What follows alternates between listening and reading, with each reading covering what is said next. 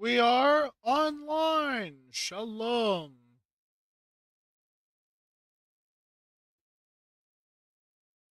We are here.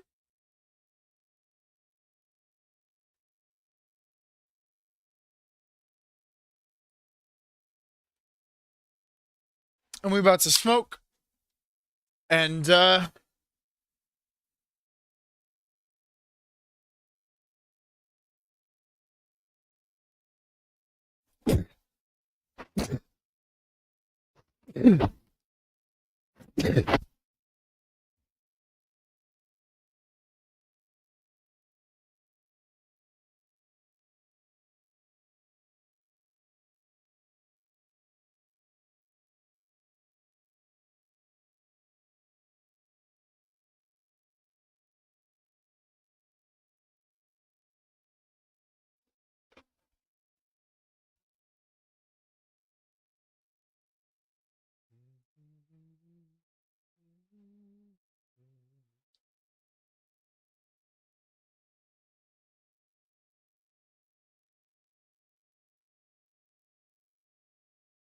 somebody doesn't like Sal Vulcano.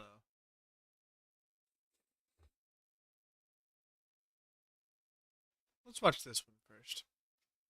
Back in Time is a glitch that lets you control Link on the title screen. It was discovered accidentally by multiple casual players shortly after the game's release. In order to perform the glitch, you need to find somewhere to void out, specifically any endless void, sand pit, or lava.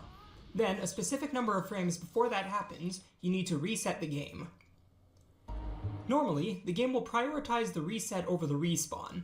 However, if the two actions happen on the same frame, the game will try to process the results of both actions at the same time. Because you voided out, the game tries to respawn you in the current area. Because you reset the game, it tries to load the title screen. As a result, it does both at the same time and respawns you on the title screen. Note that this does not work with getting crushed and respawning that way. It would in theory, but by the time the game will crush Link, you are past the frame at which you would need to reset to obtain Back in Time. If you reset on the frame which would cause Back in Time, the crush doesn't happen and thus there is no void out. Additionally, you need to be able to survive the void out for Back in Time to work, since it requires Link to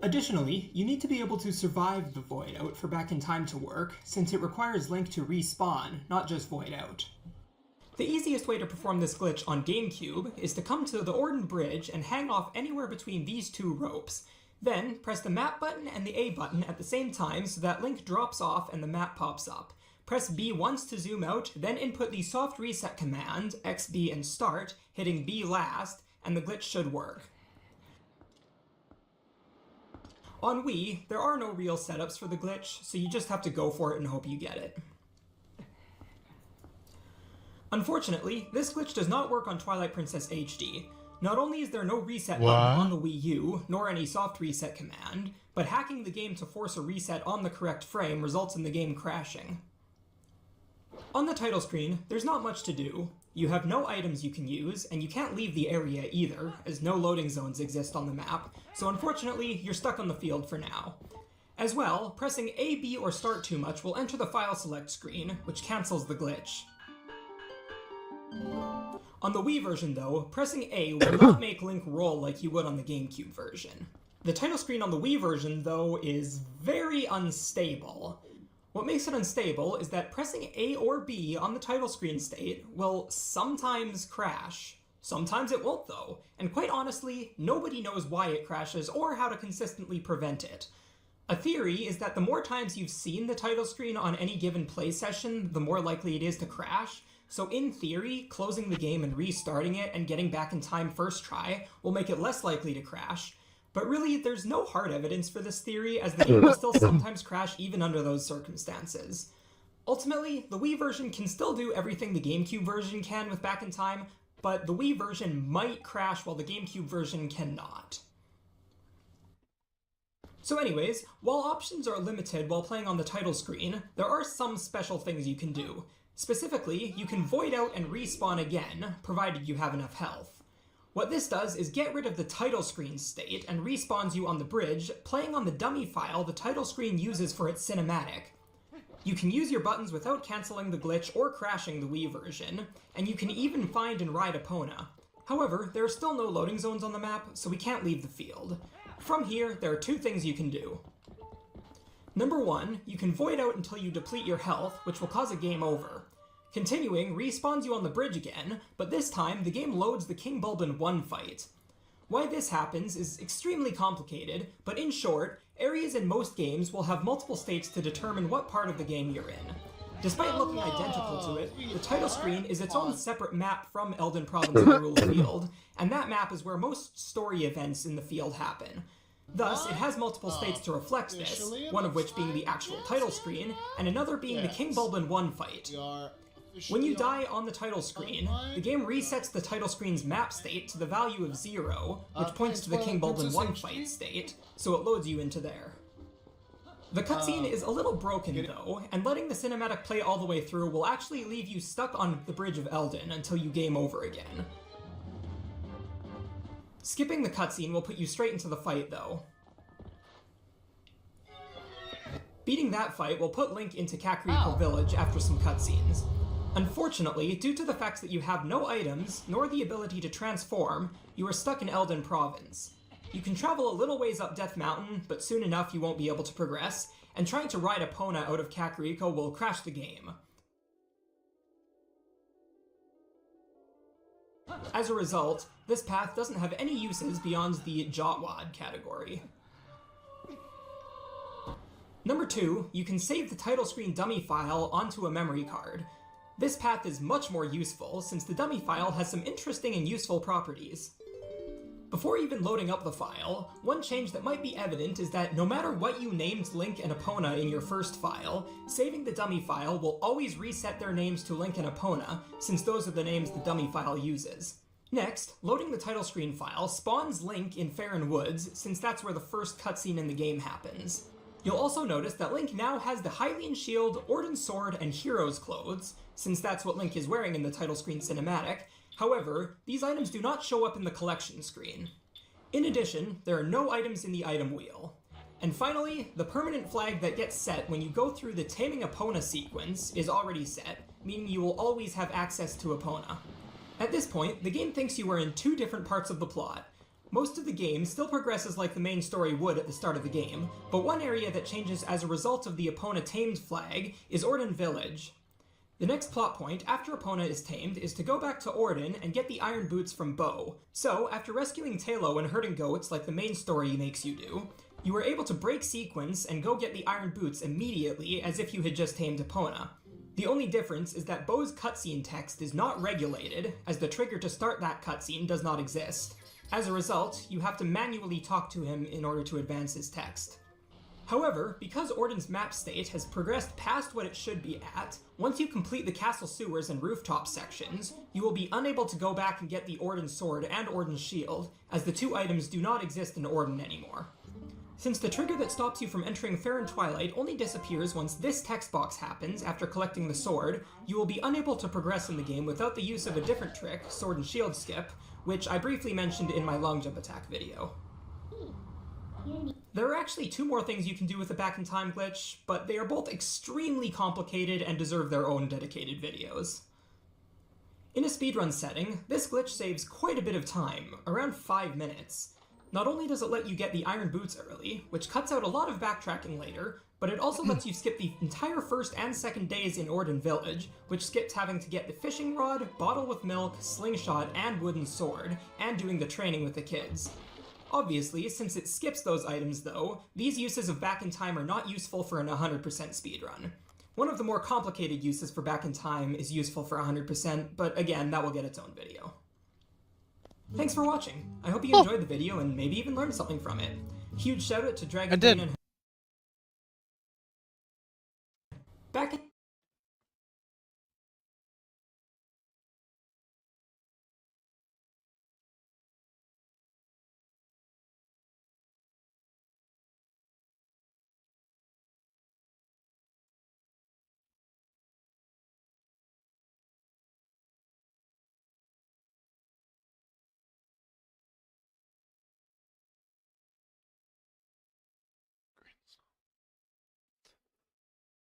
I thought that was like some creepy looking face down there.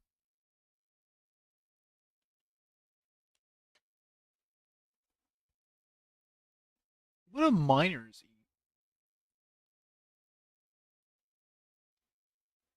I just thought it would be an opportunity to meet a miner like you.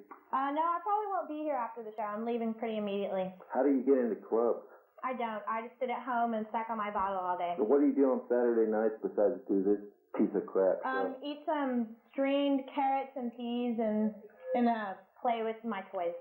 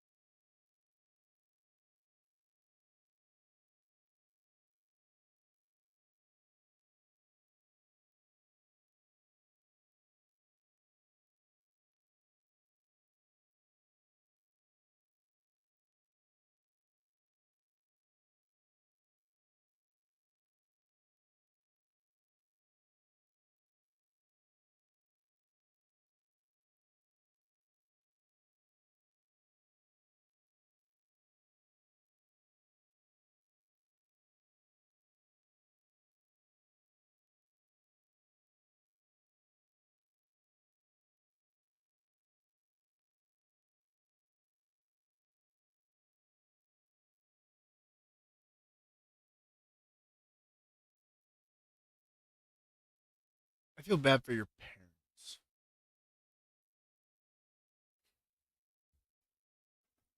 They produced a shitty person. A shitty person. I'll never claim to be an absolute success in my own life. I mean, hell, my own metrics of success aren't the same as everybody else's. But at the same time, that's quite funny. Same time, you can never claim that I'm not a good person, that I'm not going to be the one to stick my neck out.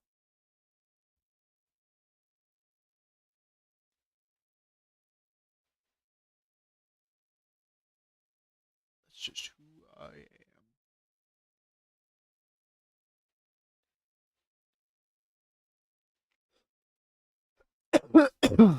A nerf in gaming is generally defined as a change made to a game mechanic to intentionally make it weaker for the sake of game balance. In Pokemon, nerfs are very common and they typically happen between generations. For example, weather conditions set by abilities were changed in Generation 6 to only last 5 turns instead of the whole battle. Mega Kangaskhan's Parental Bond ability was changed in Generation 7 so that the second hit only deals 25% damage instead of 50% damage. And Grassy Glide's base power was nerfed in Generation 9 from 70 to 55, just to name a few. These nerfs and all other nerfs made were because Game Freak felt that a Pokemon or group of Pokemon became stronger than they had originally anticipated. Thus, nerfs had to be put in place to balance out the competitive scene after certain Pokemon were previously able to take advantage of a certain mechanic. However, in this video, I will instead be talking about proactive nerfs, what I am loosely defining as a mechanic change made at the same time that new content is released in an attempt to preemptively balance out the power of that new content. In Pokemon, this most commonly looks like a new Pokemon being released in the same generation that a mechanic was changed that affects that newly released Pokemon. These Pokemon never had access to a certain mechanic, and if they had been introduced before a certain mechanic was changed, they likely would have been even stronger. Some of these changes are pretty clearly meant to nerf a specific Pokemon or group of Pokemon, and some are changes that are not really targeted towards a specific Pokemon, but still Like Team affect them Preview. regardless. Bro, want to So I talk about definitely Team feel that they Preview are in worth Gen 5. discussing. I will be discussing the implications that these nerfs had in both singles and doubles competitive contexts. But keep in mind that I do not play singles at all, so I ask that you respectfully correct me in the comments if I say anything wrong or Really? inaccurate. Okay. With all that being said, let's look at proactive nerfs in competitive Pokemon. First, we have Zoroark being released in Generation 5, the same generation that the team preview was introduced in PvP battles. Zoroark and Zorua are unique in that they have a signature ability, Illusion. This ability makes it so that when the user is sent... Zorua, that illusion ability, it's really cool in theory, but Game Freak really jumped the gun on it. Like, if Zoroark were some kind of bulky boost sweeper who was like a double dancer, and so like he could sit there and get a speed boost on, you know, certain enemies or an attack boost on others, and then start trying to actually go for a sweep or something, and so you actually had to have every given turn to have him there, he'd be kind of busted. But honestly speaking,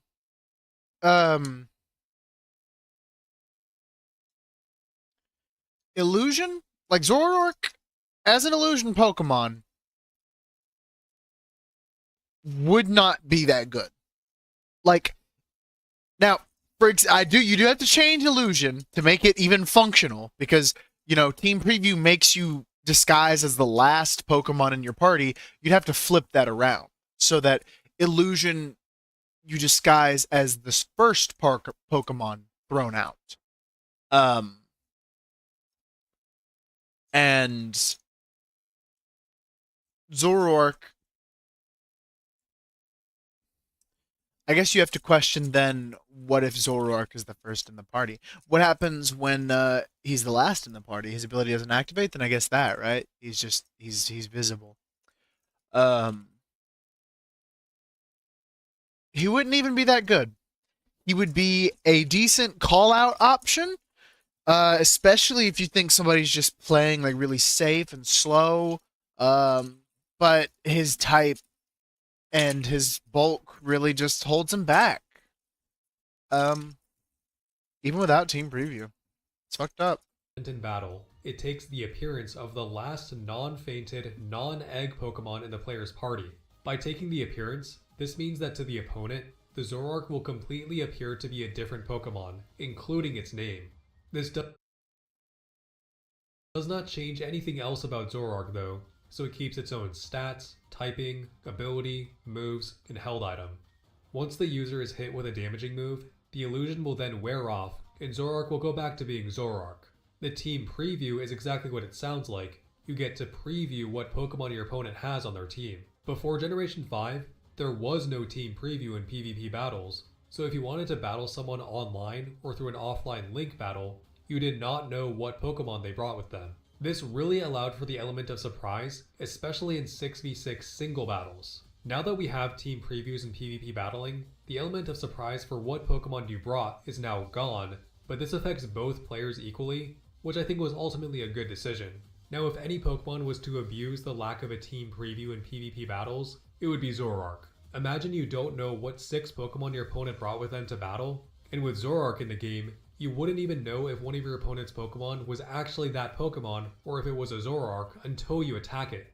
It's tough to tell how Zoroark would have functioned if it had been introduced before the team preview was implemented, or if the team preview was never implemented at all. But considering the fact that Zoroark was already pretty good in Gen 5 singles, being in the UU tier, I think it would have seen even more use in a format. Oh yeah, I mean, don't get me wrong, it would have seen hella use. I'm not a singles player though, so if there are any singles players who know more about this, please let me know in the comments. We'll post in the comments. We'll fall for the bait. It's not, but also, you know, there's the point. That's the point of the comments. If you've got something to add, put it in the comments. That's the whole point of it. I think Zoroark.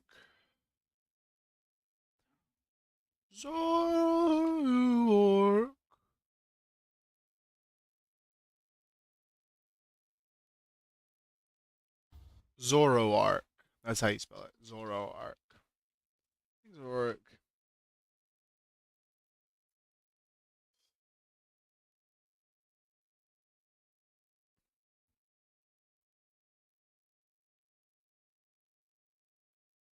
But thinking about it from a 6v6 singles perspective,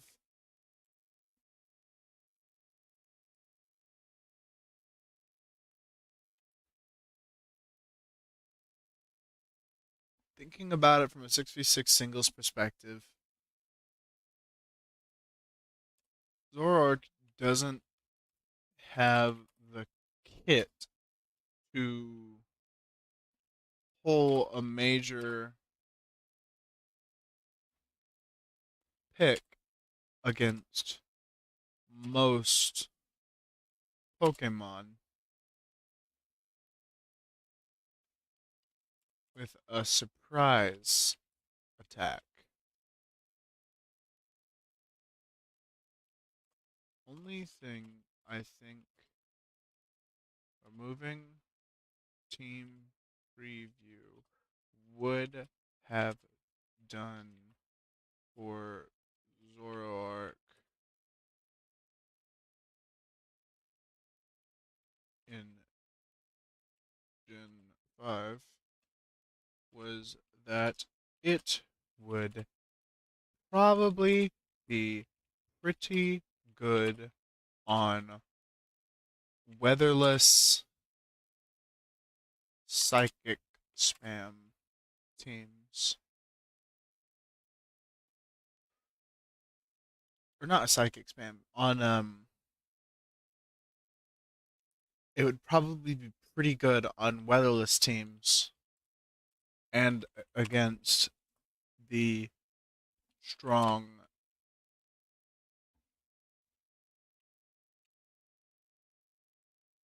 psychics like Zam and Uniclus. Like Zam and Uniclus.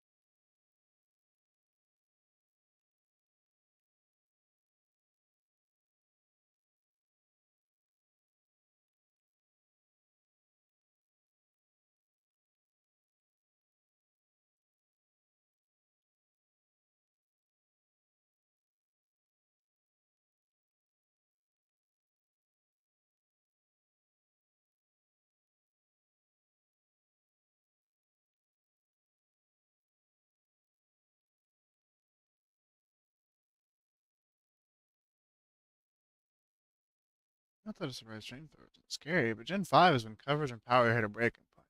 The power level is so high that a surprise non-stab, less than 100 power move on a glass cannon, it isn't all that scary. Matches up very poorly versus Sand and Rain, doesn't do awesome against Dragmag, and really just dies to most of OU. Like, if you look at the Gen 5 OU viability rankings, right? You go up here, go to the viability rankings. I don't think Zoroark is on it. Yeah, Zoroark is not on it. But if you go in here at all and you're looking at these rankings, let me zoom in so that you guys can see a little better. You know, Pokemon like Latios fucking outspeeds and one-shots Zoroark. Unless you're running a Scarf Zoroark, which is itself an entire strategy you have to devote to beating Scarf Lottie, right? Or Specs Lottie. But even then, calc.pokemonshowdown.com. There we go. And you go to Gen 5 set Zoroark. We're going to use Choice Scarf because that actually allows you to outspeed. And then on this side, we'll do Latios OU Choice Specs, which is the standard set. Choice Specs Latios is running 350 speed because you are running a plus speed nature. You are running 350 speed. With the Scarf Zoroark, you are at 508 speed. But there is a problem.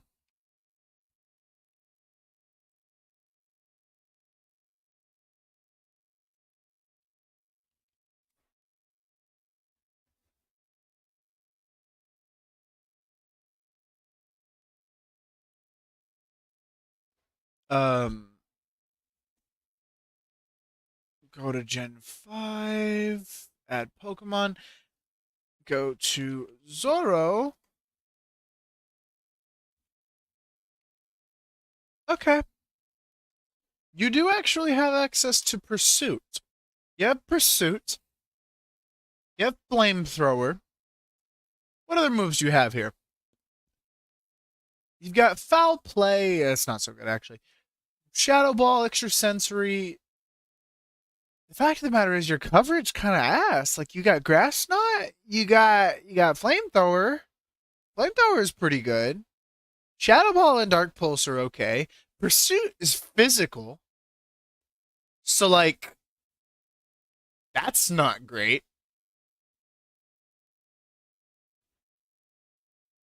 You know, Pursuit, yeah, it's not doing it, right? Now, that being said, this could be a trap for Latios. Like, you could use this to, like, sneak in a Pokemon that otherwise you wouldn't use. But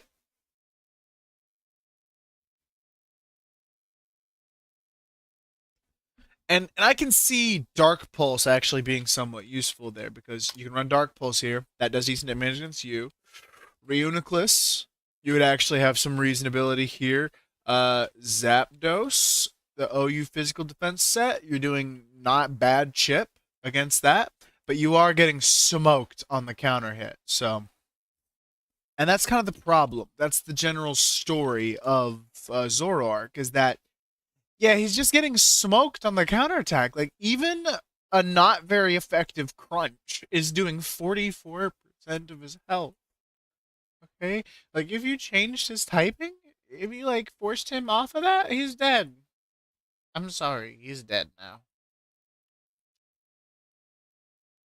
And the thing is, if he were a normal ghost, we would be in a little bit of a different situation, right? Because he's immune to things like Thunder Power, or Thunder Power, Superpower, Thunder Wave. He'd be immune to Superpower. He'd be immune to Body Slams, Hyper Beams, all of those. He'd be immune to fighting, normal, ghost, fucking. His only weakness being dark. He's only got the one weakness, dark type. And even this, I would argue, is not very good because if we look at Alakazam, his Psychic has a 18% chance to one-hit KO.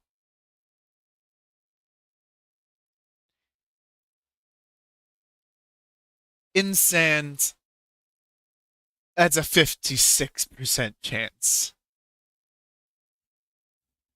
after the sandstorm comes through.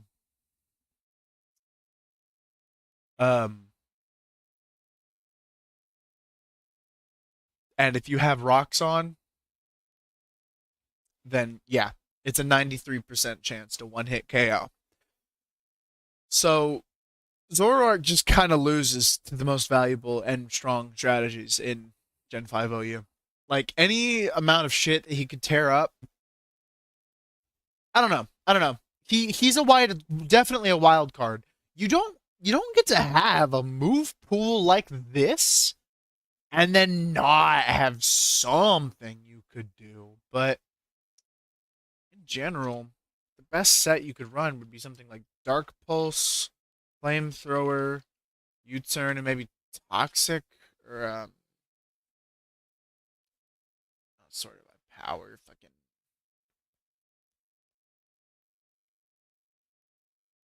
Taunt wouldn't be terrible. Substitute could be kind of cool.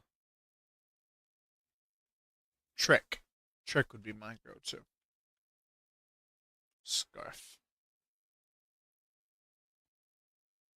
And then you wouldn't need to run plus speed. You could run plus special attack. Actually, hold on. Let's run that back. OU choice. Latios.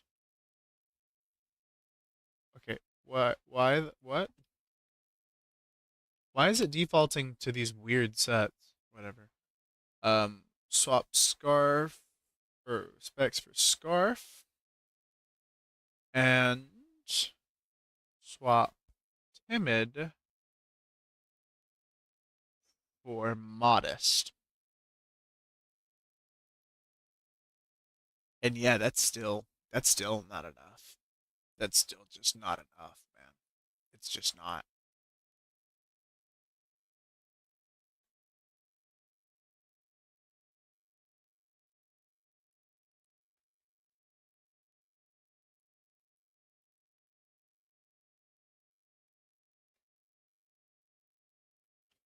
You can one-shot it if you crit.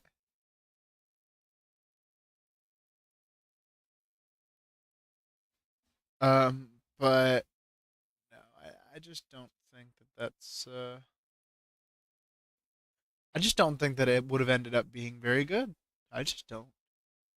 I think ultimately it had a lot of potential, but it was never really gonna reach that.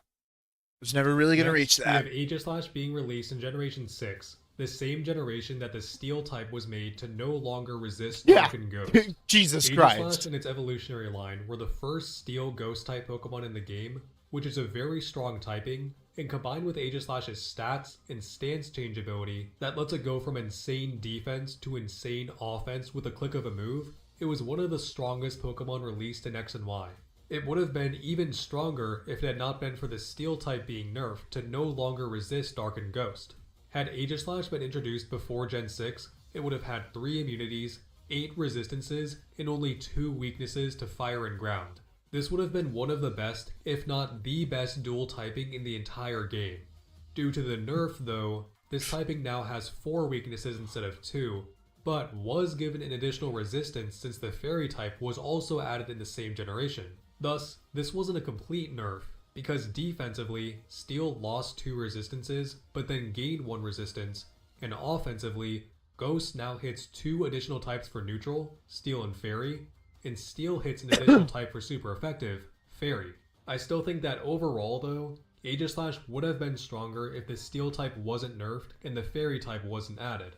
The Fairy type was mostly made to balance out the overabundance of Dragon types in the competitive scene, since the only real counter to Dragon types was Steel types. Thus, Steel types would have still been the main counter to Dragon types, whereas now, the main counter to Dragon types are Fairy types.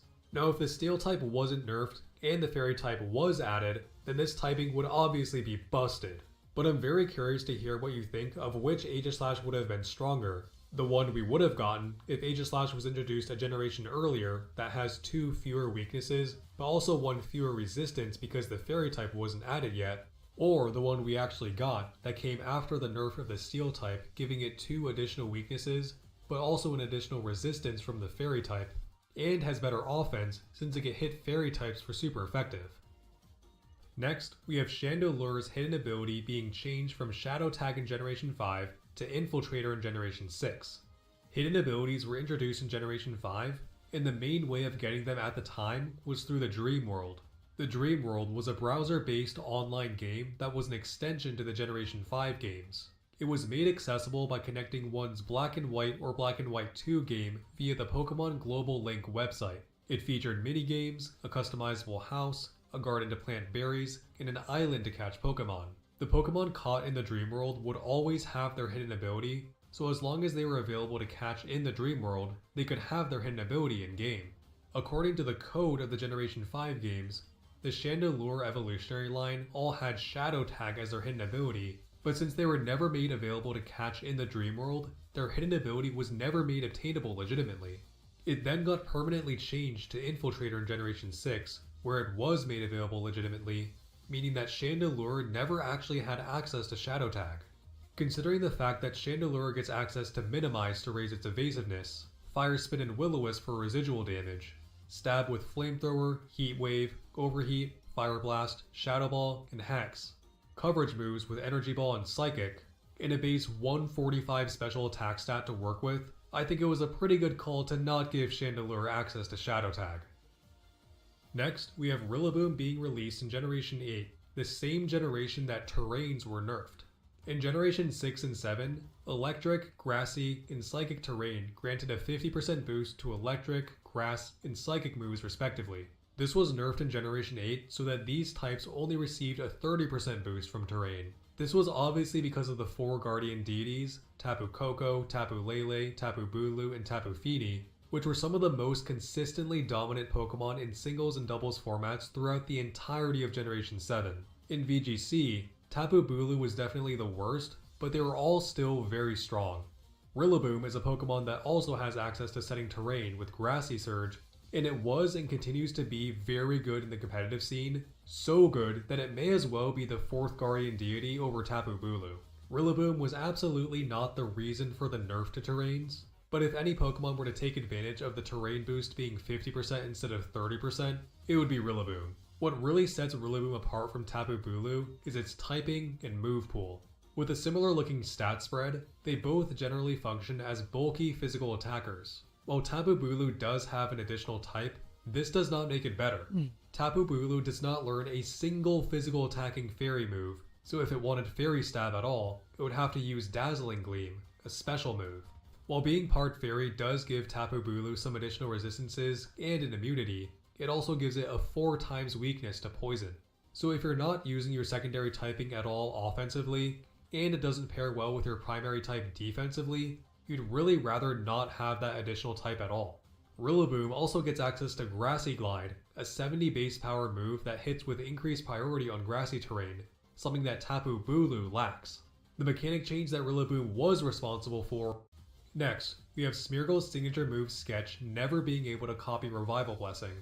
Revival Blessing is a normal type status move that revives a fainted member in the user's party, restoring them to 50% HP. Yeah, I mean, Smeargle this is unique in that it only I feel like learns this one is move, Sketch. However, this one move pointless can to even remotely hypothesize about on my end. permanently copy any move in the game, and Smeargle can relearn Sketch as many times as you want, meaning that Smeargle can learn every move in the game with some exceptions. Unfortunately, Revival Blessing was made to be one of those exceptions. This is really the only nerf on this list that I honestly don't feel needed to be done. Revival Blessing has barely seen any use in any format, and that's partly due to the fact that Palmon and Rabsca, the 2 Pokemon that get this move, are just really underwhelming. In Gen 9 singles, Palmon ranks in the PU tier, and Rabsca ranks in the ZU tier. Smeargle isn't doing too hot in singles either, where it hangs out with Rabsca in the ZU tier.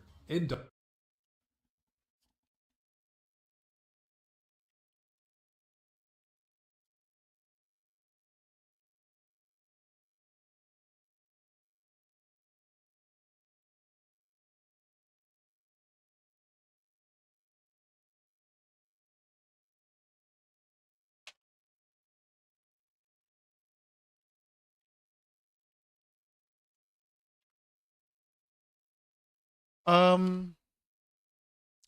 could be wrong.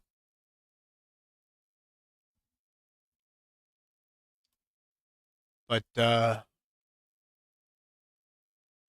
You can't use this. What?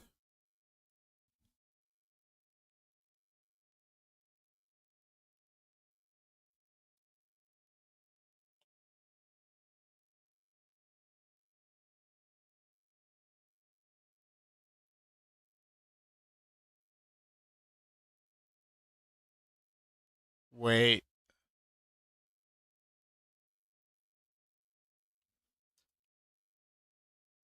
No, because that move didn't exist in Gen 8. It was a Gen 9 move.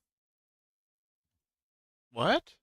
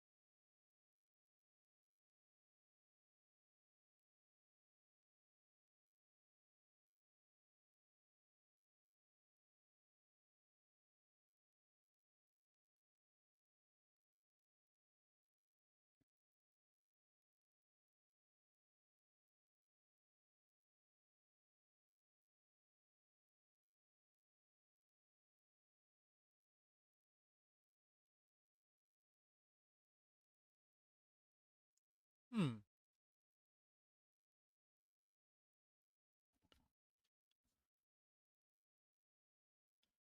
Doesn't a healing wish do something totally fucking different? Yeah, this is totally different. This is you kill yourself and you bring a Pokemon that was hurt back to full. Revival Blessing literally brings a Pokemon back from the dead. And it's allowed? It's not even good?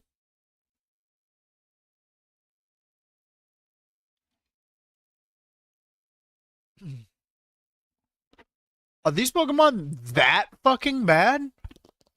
Is 115 attack and 105 speed on an electric fighting type that has Volt Absorb, Natural Cure, and Iron Fist, Bulk Up, Close Combat, Fake Out, Knock Off, Nuzzle.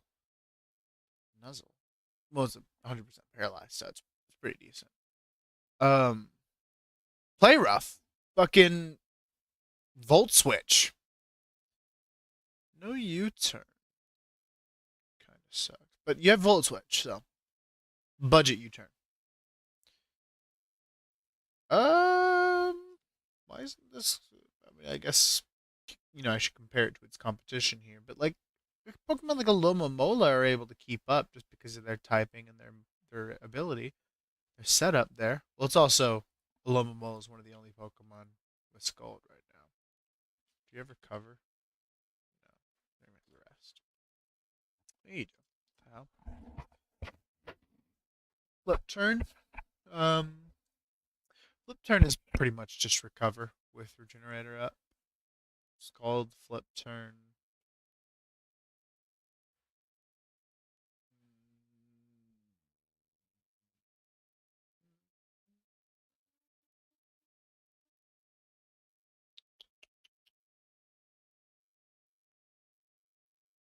distracted. Get distracted. I don't know. IMO, that seems a little busted. Just a little bit. Doubles, Palmon and Rapska still don't see much usage, even in low power level formats like Reg A and Reg H.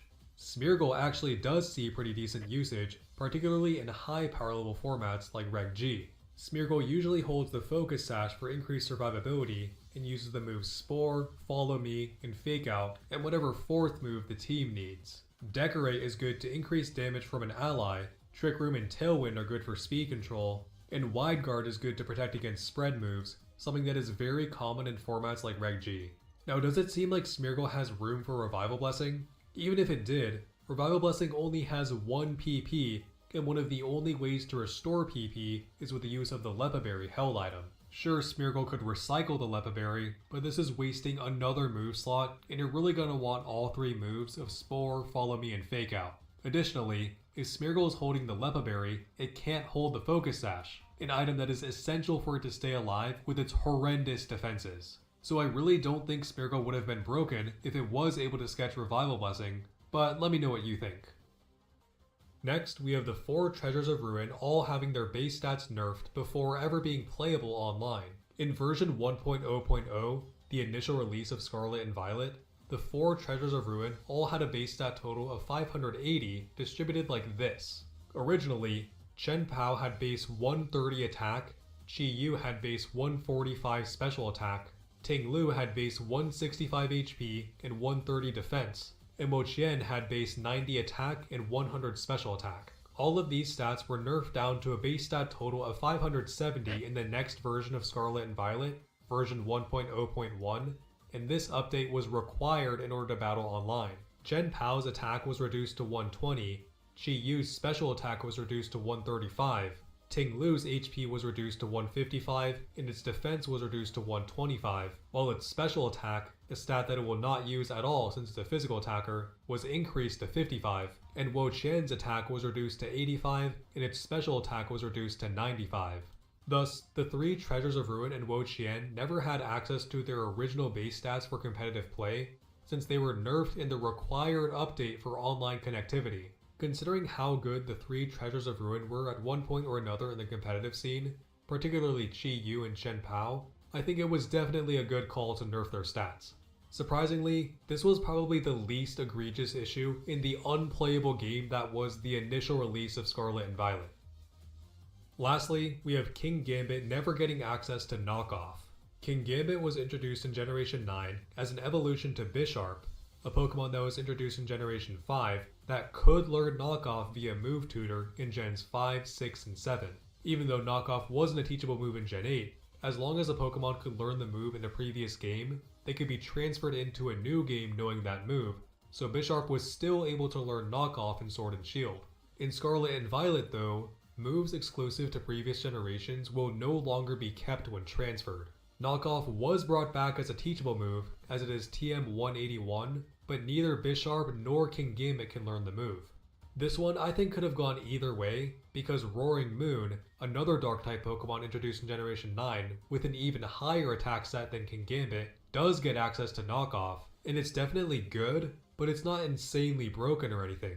I did find when making this video that King Gambit has access to Knockoff in Gen 9 National Dex, an unofficial fan-made format on Pokemon Showdown that allows all moves, items, abilities, and battle gimmicks from previous generations into one format. Since Bisharp was able to learn Knockoff before, King Gambit is allowed to use it in this tier, along with Pursuit, a Dark-type move that was removed in Sword and Shield. Before the Terra ban, King Gambit was banned in National Dex, so maybe Knockoff King Gambit was too strong. Roaring Moon is also banned in National Dex before and after the Terra ban, so I really don't know what to make of this. Again, help from some singles players in the comments would be great. And those are proactive nerfs in competitive Pokemon. Let me know in the comments if you disagree with any of my reasonings, or feel that I missed any. I was also thinking about making a video on proactive buffs, but I couldn't really think of any good ones, so please let me know in the comments what entries I could include. Anyway, if you want to support me and my channel, the best way to do so is just by leaving a nice comment. I do genuinely read all comments, and will try my best to respond to as many as I can. You can also click the join button to become a member, and I made the cost as low as possible at 99 cents USD. Members get a badge next to their name and early video access, but other than that, I really don't have any other perks for members. Keep in mind that these videos will be releasing on my normal schedule for non-members, so don't feel obligated at all to join unless you really want to support me and you are financially capable of doing so. Huge thanks to all my members. I really appreciate your continued support for the channel. Likes are also one of the ways in which YouTube determines if a video should be passed around to more people, so if you feel this video deserves it, I would appreciate it. Anyway, hope you enjoyed the video. Thanks for watching.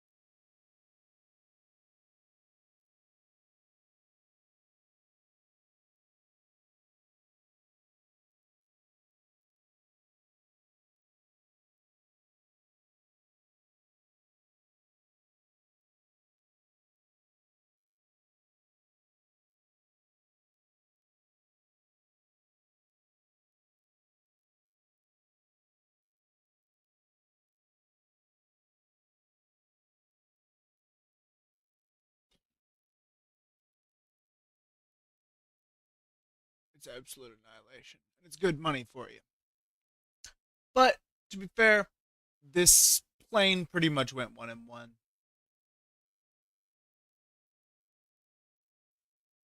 So I'm perfectly well okay with that.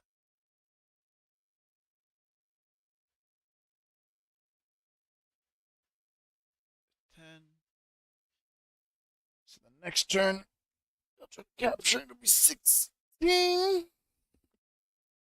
And then if I damage him again,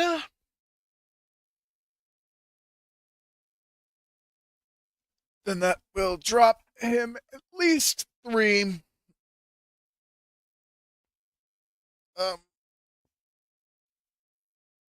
Because it's 10, then 6, then I have 4 remaining. So he has to drop below 4 health, and that's really easy. I'm guaranteed to do that if I do damage to him. In fact, even if he does damage to me, I'm guaranteed to fucking do that. So we're good on that front. You don't actually have enough time to get there to really help this capture.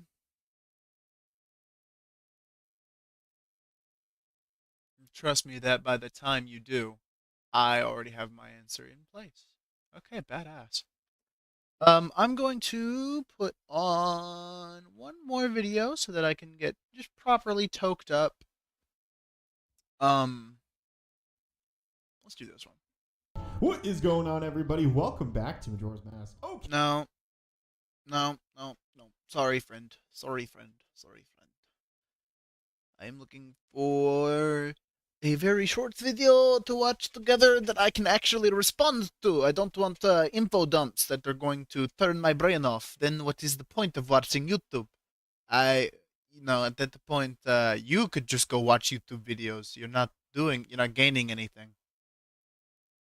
Ooh, I love Bill Wildebeest. Love this guy. Again, Russian badge of funny moments. No, like, not gonna help me.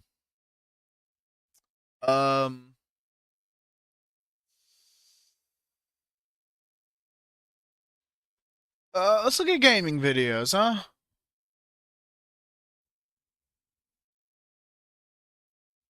My nightmare. Let's do Scrumpy. Scrumpy's a great guy. He always makes good videos. We explored perhaps I love the Mew glitch, so and maybe even in any game ever. But there are so many more glitches to talk about in the first generation Pokemon games.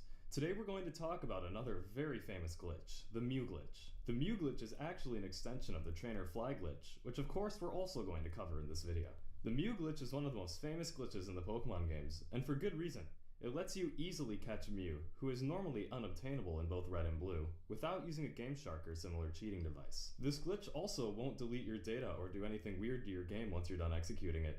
On top of that, you can also exploit the glitch to get basically whatever Pokemon you want. A general summary of executing the glitch goes like this.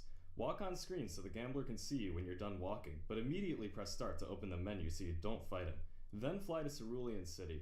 Go to the youngster with the level 19 Slowpoke and battle him. Then fly to Lavender Town and go back to Route 8. Close the menu that automatically pops up, and suddenly you'll be facing Mew? But how does it work? Why does Mew appear? How can we get whatever Pokemon we want? These questions will be answered today on this episode of Glitch in Depth, where we will explore the mysteries of the Mew glitch.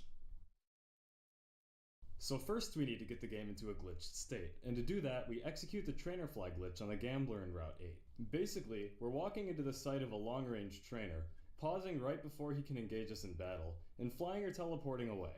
Though you can perform the Trainer Fly glitch and by extension the Mew glitch on any long-range trainer, we're going to execute it on the Gambler in Route 8 for the sake of the video. Later we'll execute the glitch on another long-range trainer to prove it. So first we need to position ourselves out of sight, walk south one step so he's on screen and we're in his sight, pause at the right time, and fly away to Cerulean City. The Gambler notices us and starts to engage us, but we fly away to Cerulean and the Overworld engine regains control. But that doesn't mean that flying away from the engagement didn't do some pretty weird stuff to our game, because it definitely did. Let's break it down. First, let's look at why we can open the menu in the first place. NPCs are initialized to face south, so when an NPC appears on screen, they actually face south for one frame before the game updates them to face the direction they're supposed to face. During this frame, we can open up the start menu, but since we can start holding the start button at any point while Let's walking have another one step down to the infantry. NPC and it'll Even still though I work, want that we money actually have back. a pretty big timing window to start holding the start button. Anyway, we open the menu on this one frame, and when we fly away, the NPC, now facing us, tries to engage us. However, since we used fly, we escape. However, flying away from the NPC while he's engaging us puts the game in a sort of weird state. Executing the Trainer Fly glitch changes 3 values in memory. Whenever we're engaged by a trainer, bit 0 of address CD60 is set, meaning its value is 1, which the game interprets as a state in which the player is being engaged by a trainer. We were engaged by the Gambler, so this bit is set. When we fly away from the Gambler, we can walk around in the overworld, but the game still thinks we're being engaged. This disables all dialogue until we are no longer engaged. This includes both NPC dialogue and the start menu.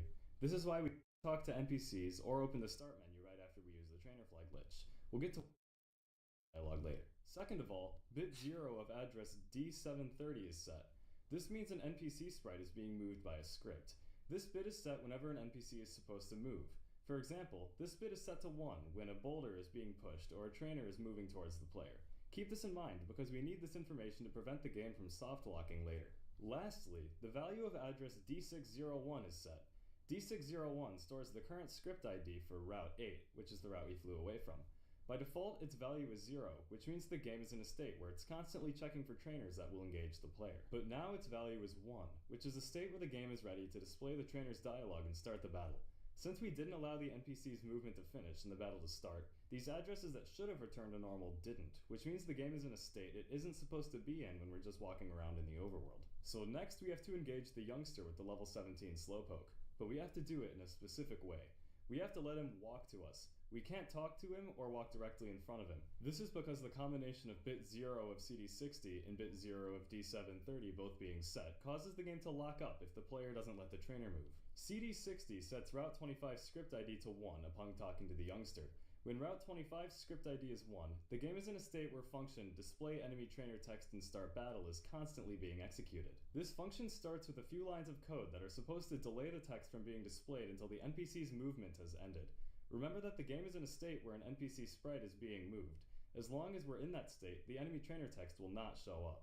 If you don't let the youngster walk to you, since no movement ever starts, the game doesn't execute the movement script. Therefore, alright, this isn't it. And I got my other thing done and dealt with, so we don't gotta worry about that anymore. I can just focus on this. What? What?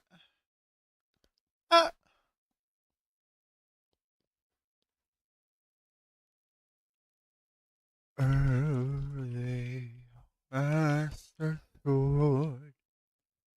Oh, oh, oh. Oh.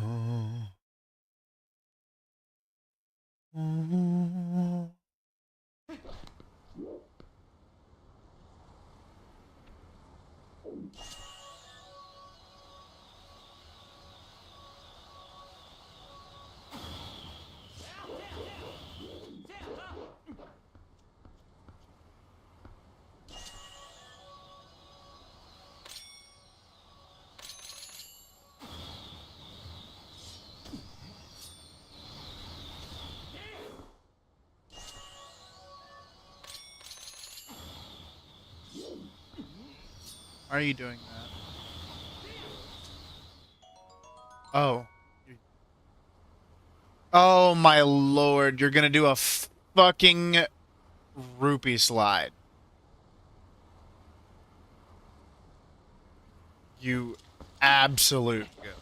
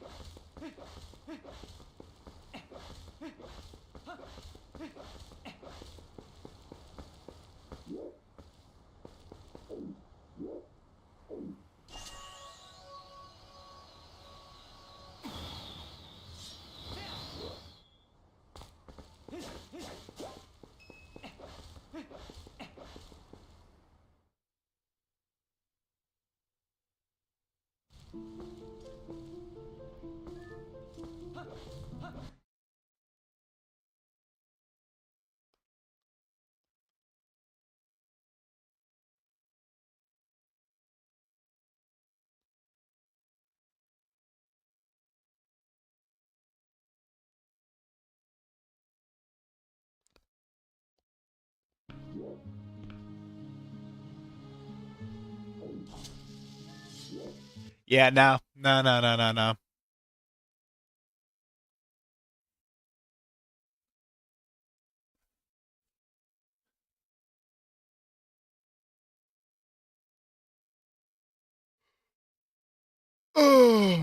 Ugh. All right. I think that it is time to get to some Twilight Princess, huh? No need to kick around the bush any longer, huh? Man, I fucking love this game. Um,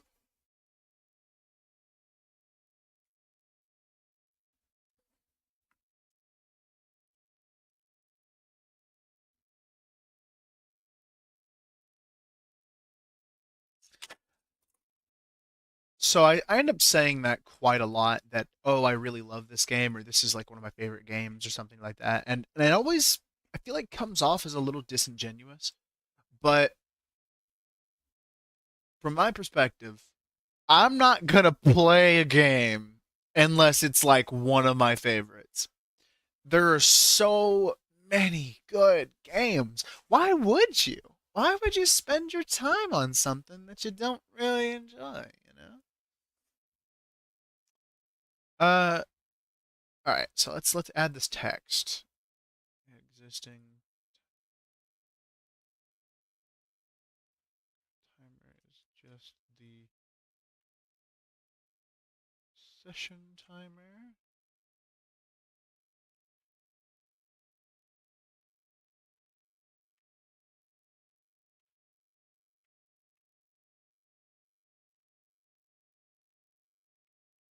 And then we'll go ahead.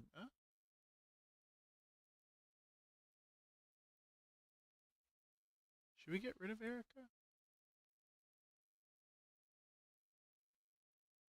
Yeah, let's just get rid of Erica.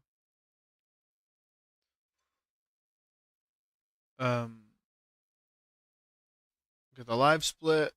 Current timer is just the session timer. We're all set. Yeah. Okay.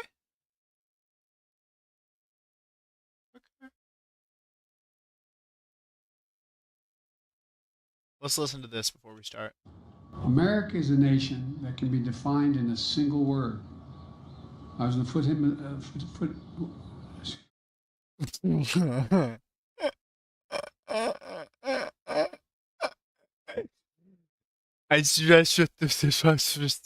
this.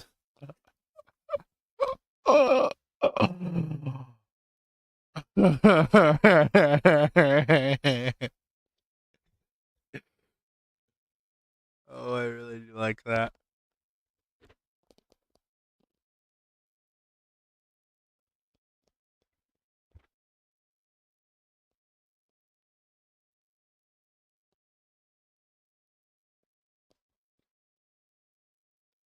Let's throw on better for a minute here. Everybody out there in the audience, it is incredible, infinitely, in fact, important that you stay hydrated. Cheers, everybody. Now, I would say cheers to your good health. Cheers to your family.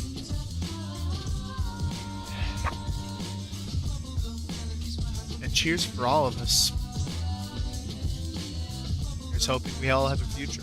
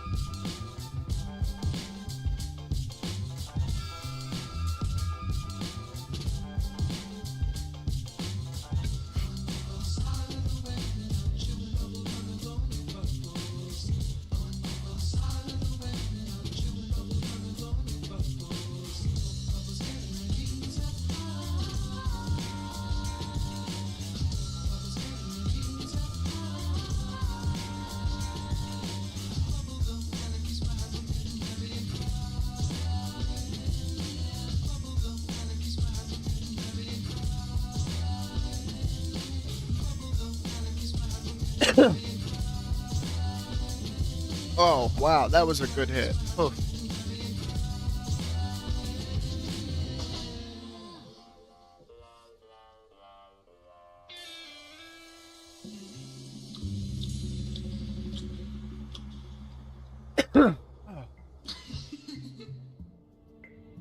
Put some stank on it. Don't forget the spices.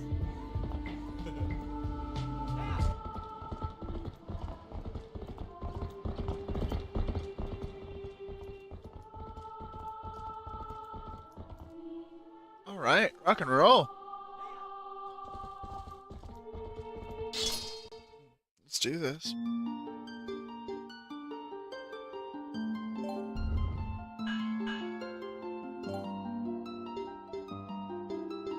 Oh, damn.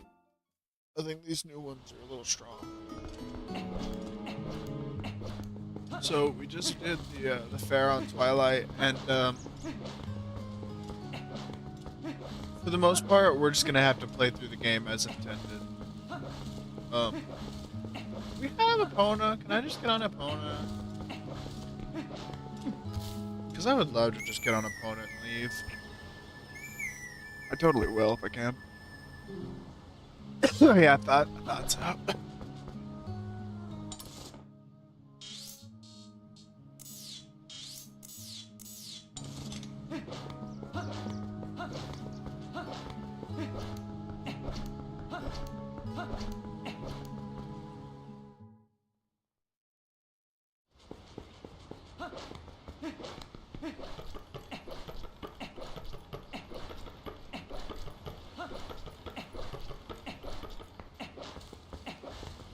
Oh, yeah, my horse is in Kakariko. What am I on about?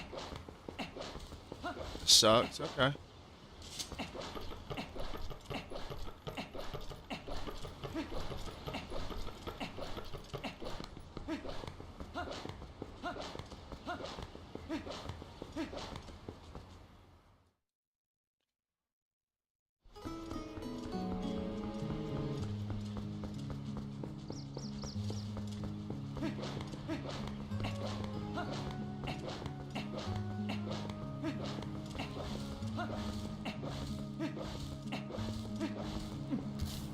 No. Gotta be careful in this game.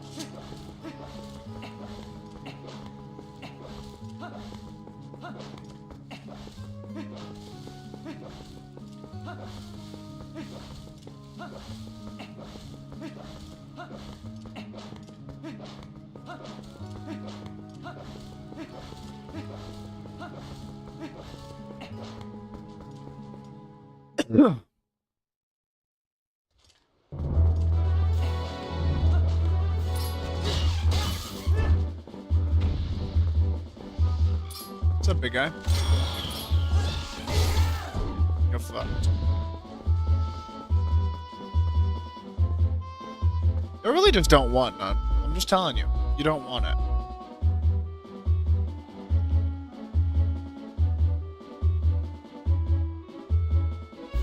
Oh, I'm gonna be so glad when my new controller comes in, because it's gonna have gyro. It's gonna have gyro support. It's gonna be real nice. Those little guys are bastards.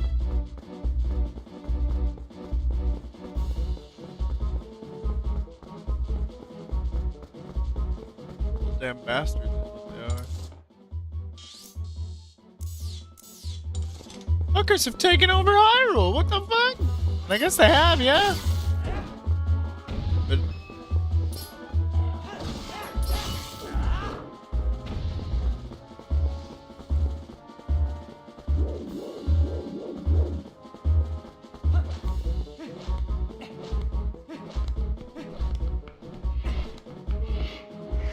holy shit. I thought I heard you. No! Ah! Fuck! More? Yeah, there is more! Excellent sound design. Fucked. No, not catching me off guard. Ah! Get fucked, bro. Wow, oh my god, there's a lot of them. Okay. Okay, we gotta go. Oh my god. Oh my god, Hyrule Town is... Oh my god, look at that. That is so pretty, but fuck is that scary.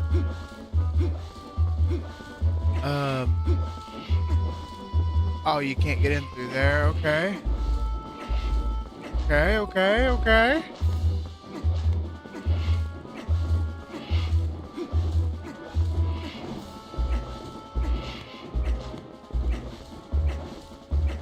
Try our best to just escape these guys. Well, I do need rupees. Well, yeah. Yeah, I need rupees.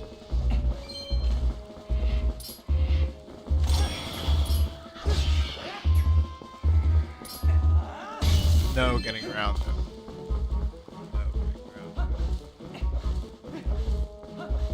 I don't really know a lot about HD other than you really just have to play a lot more of the game as intended.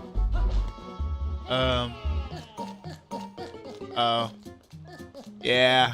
Here you're supposed to do an LJA to skip this.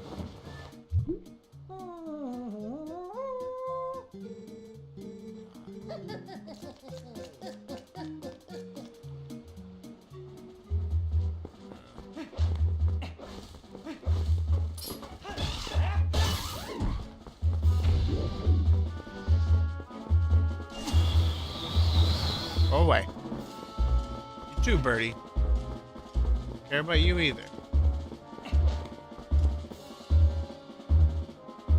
There wasn't a bird. Why was it doing the little thing?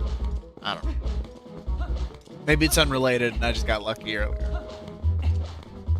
Here we are. Oh my god. Over here, like, the music's super loud, right? The wall.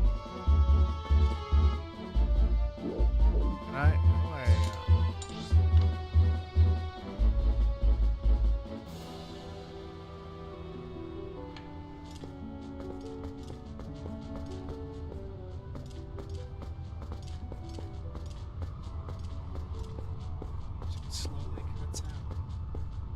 color drains out. Take with your time. My if me. My me.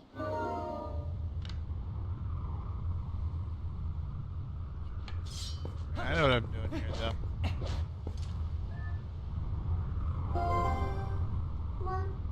Yeah. I know what I'm doing here.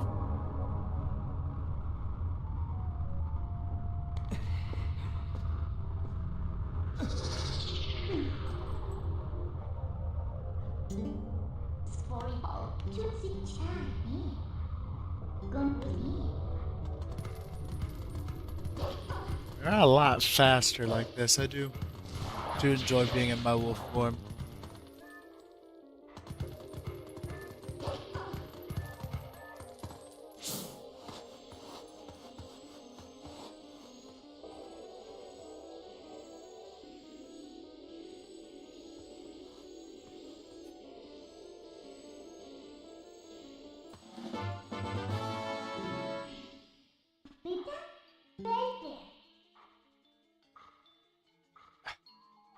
I fucking hate people. Like, I just can't associate this with what a lot of people do. Alright, let's go over here and open up this portal. Oh, I fucked up.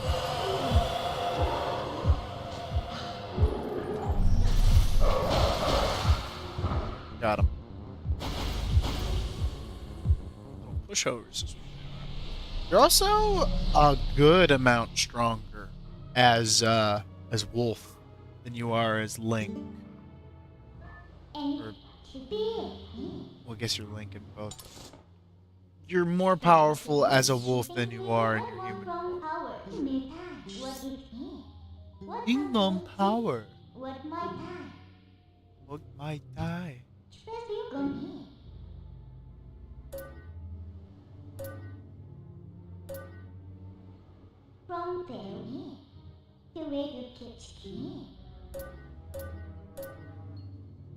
Why would I teleport?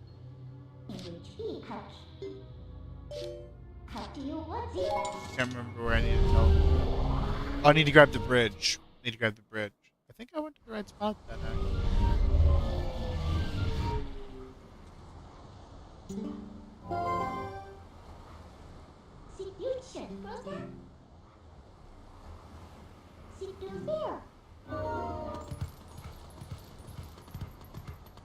Okay, yeah. I'm here for the bridge.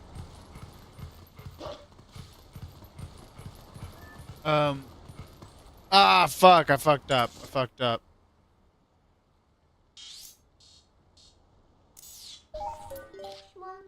Okay, thank God. Badass, I can teleport. Okay. This is also what makes Twilight Princess cool. Oh no! I didn't click this on. Fuck me. Oh, whatever. We're going to be using the game timer for this first playthrough for the most part anyway. Hello.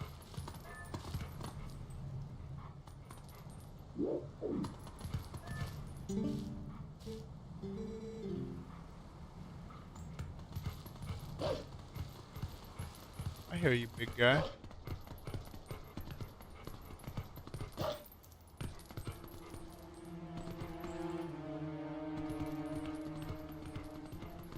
I just love the lore. Like, it's not even just like the I just love the concept that, like, just through here is the sacred grove on the other side of a wall.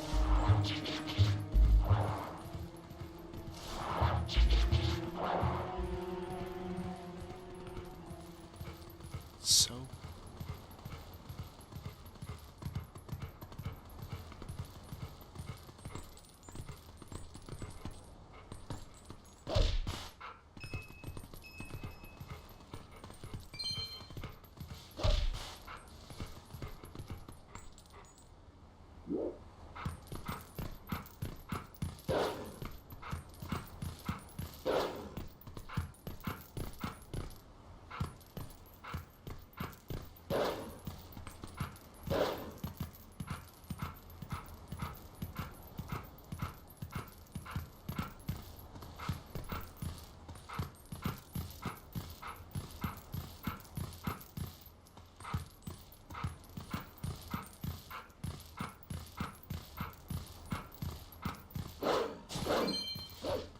any case, let's just go ahead and send this. Задачи to своевременны. Извини.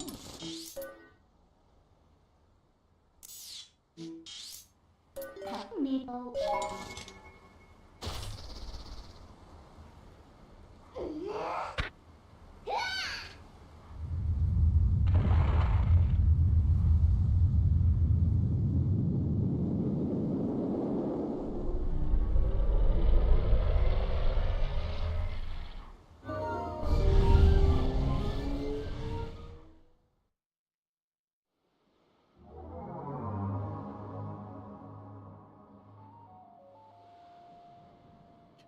Damn, Sam's fucking powerful. Like, this is just, it's so much more oppressive in, like, as an adult looking on this. Like, damn. I just can't. His marks are everywhere. Even the powers you use to get around. It's only because he was dumb enough to let his shit be open. What gonna be? What was me? And it's not even that he's dumb enough, he just doesn't consider you a threat. Which is what the game you honestly aren't. He should.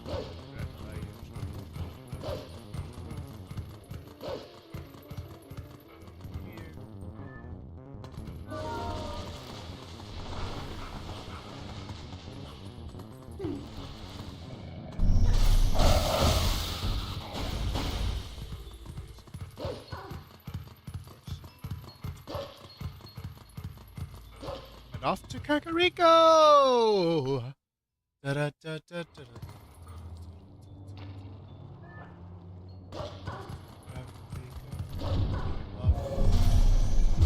No, I didn't.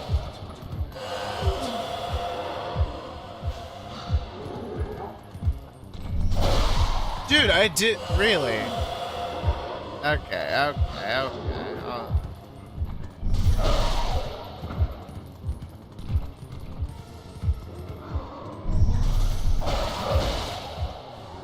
Man, these guys are really weak sometimes, and then sometimes they're just a pain in the ass. It seems that I can never tell the difference.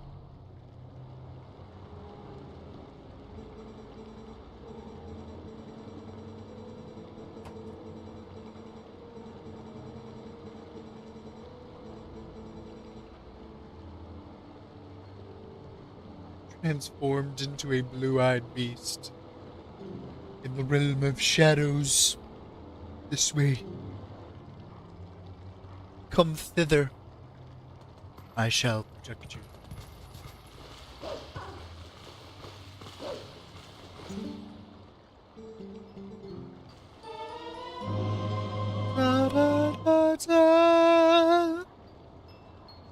I'm not going to be doing voices for every single bit of dialogue, because Jesus Christ. But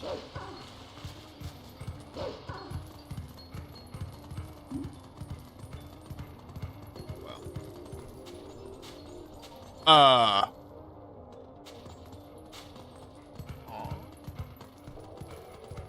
That's funny. There we go. Okay. What ready?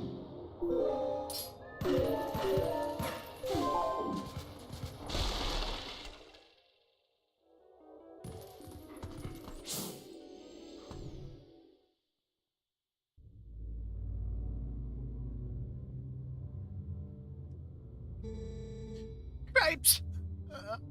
Cripes, I don't see those black boots anywhere.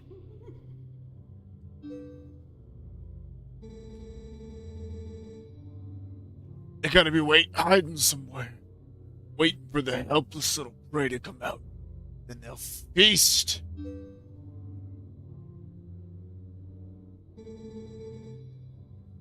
We are safe as long as we remain in here, child. It is. Oh, yeah? I wonder if the monsters out there agree with you.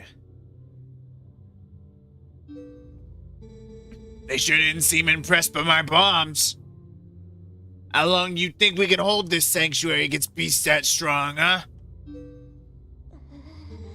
Once they attack, it's over. Remember the lady from the general store? Just one of those things attacked her, and a whole gang from town went to save her. And what happened? She was already gone, and there were 2 monsters waiting. Oh my god, what? Those things are fucking people?!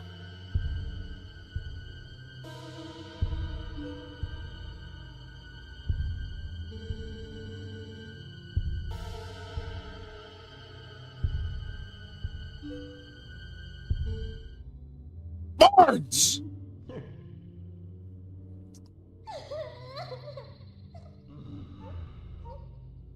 That's fucking horrifying.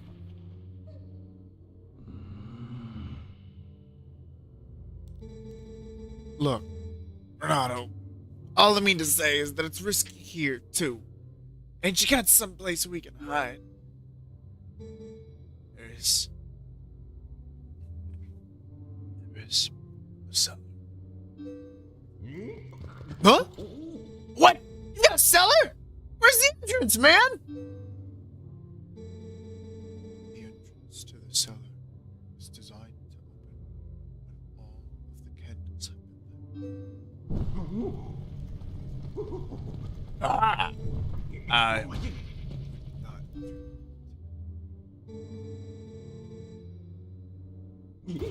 Father instructed me to secure the cellar. I saw insects like the beasts outside. Don't cry, Beth. It'll be okay. Link is coming to save us all.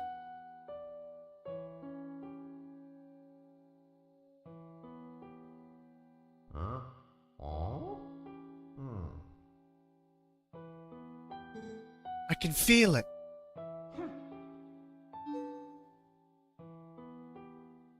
You're damn right, kid. I'm here to save your life. What a hear!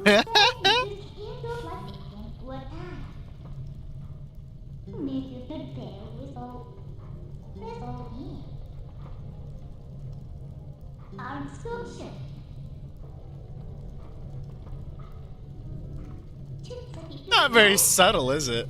That's funny. I like you.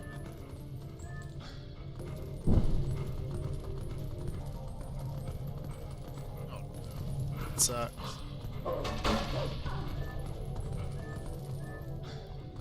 What? Dog can only pick up from one direction?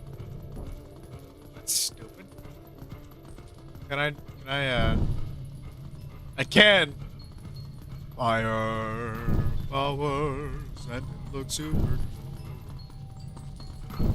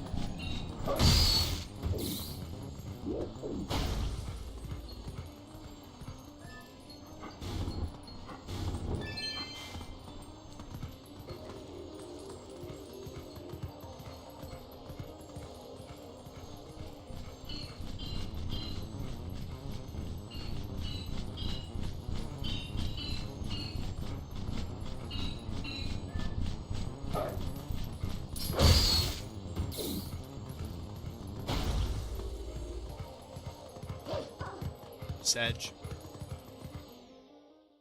Sedge. Well, nothing to it but to do it.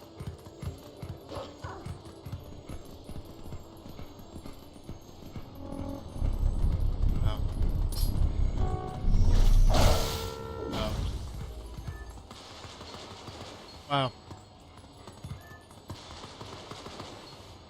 So that's kind of one of the things that you would hope really stands up. Like, going back to Kingdom Hearts as an adult, the game is actually much more mechanically deep than it is whenever you play it as a child. Because whenever you're playing it as like a little kid, you don't understand anything about the ability systems or like how the individual keyblades work. Then as an adult, you can like look at the different things. You spend a little bit of time reading, usually like, oh, that's a little bit interesting. Okay. And you have a better overall understanding. Which wouldn't normally be noteworthy, but it's basically a children's game. It's about Mickey Mouse and Donald Duck and Goofy and a Sora fighting in the fucking Heartless and shit. But yeah, it's mechanically deep, hack and slash type games. I can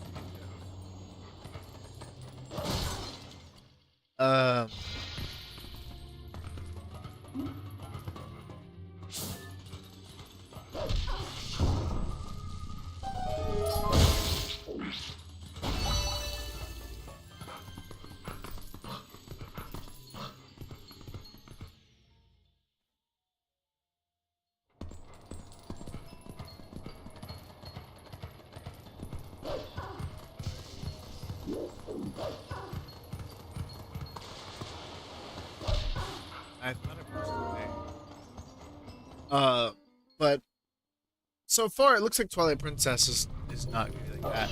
Ocarina of Time is also fairly similar in that sense, where it's like, yeah, the game doesn't. Not in the sense that like, the design doesn't. The design is quite nice, quite incredible, but the actual combat doesn't.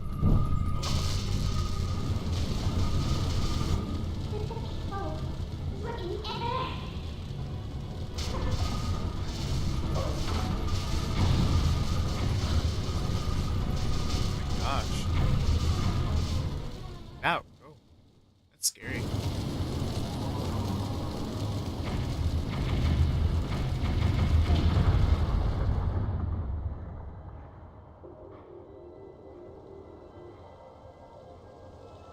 Efficient way to collect 3, Power.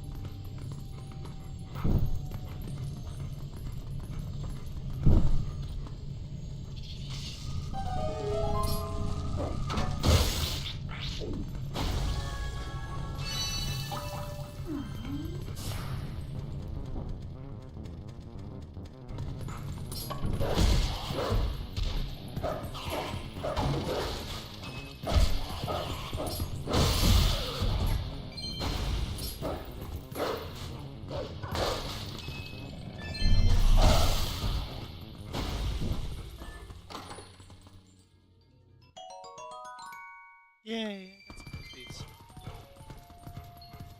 Uh,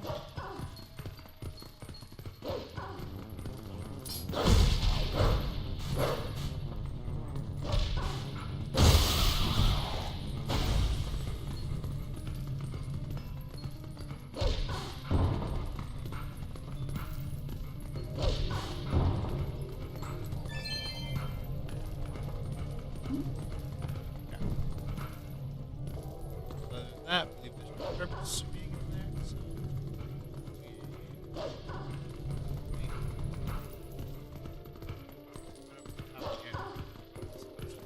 Oh, maybe it's...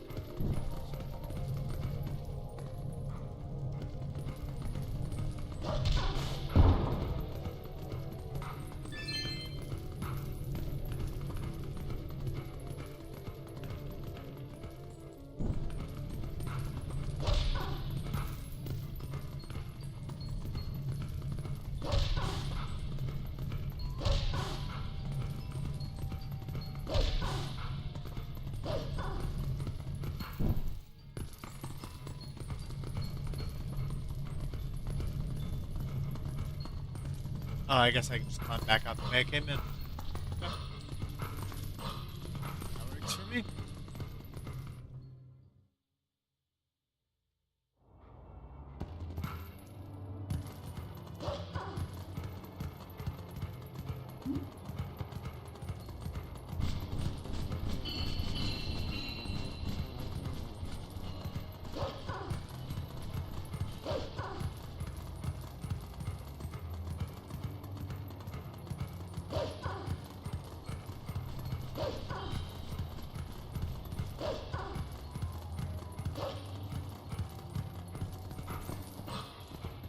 Oh, there we go.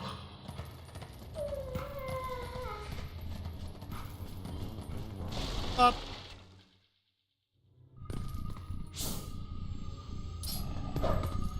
I wonder where he is. I guess I'll just push this box.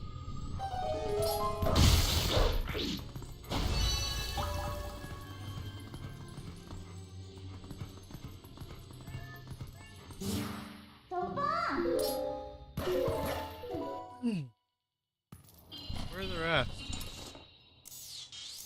What the fuck? There? Well, at least this time I did the routing not too terrible. Oh, we gotta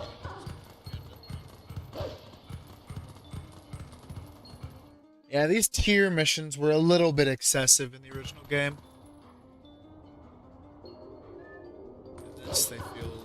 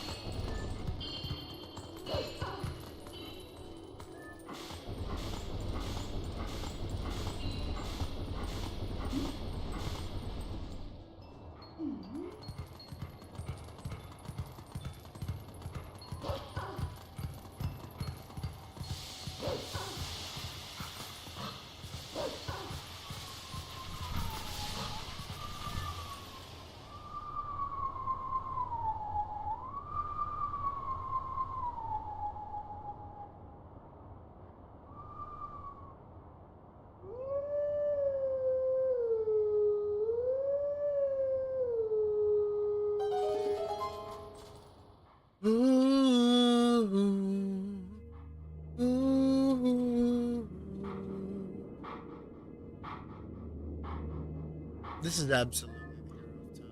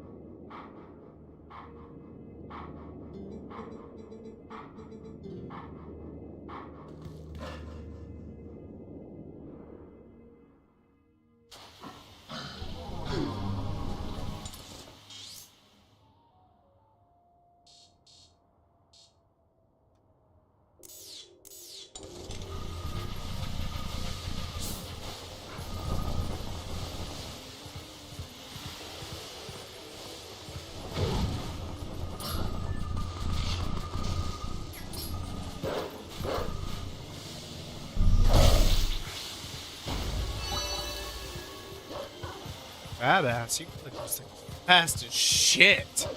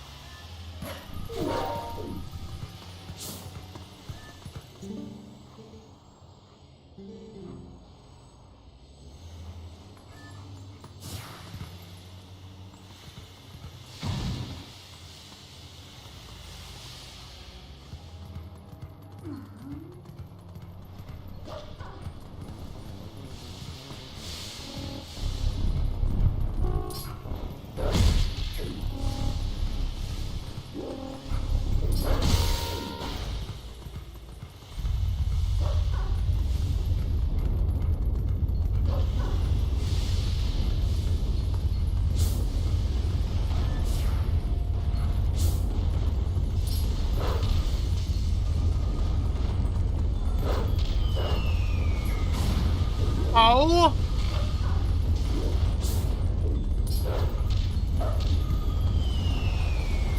What game? Come on!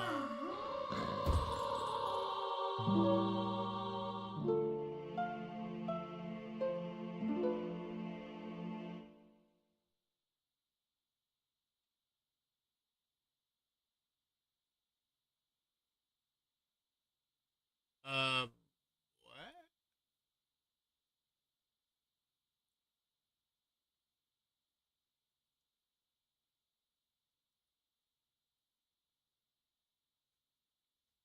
Add, subtract,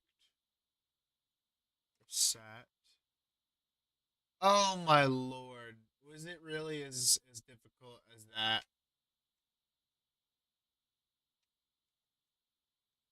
Uh, apparently not, because that didn't work. Still doesn't.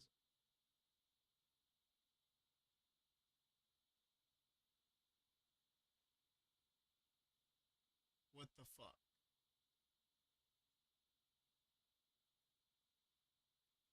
Counter, golden counter, like I don't get it.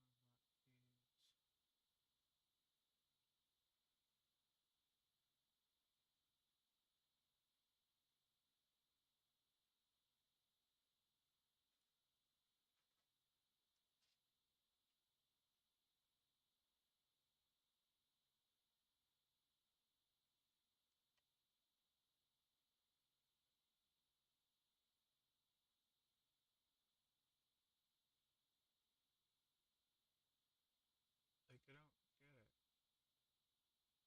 Then I click OK. But no.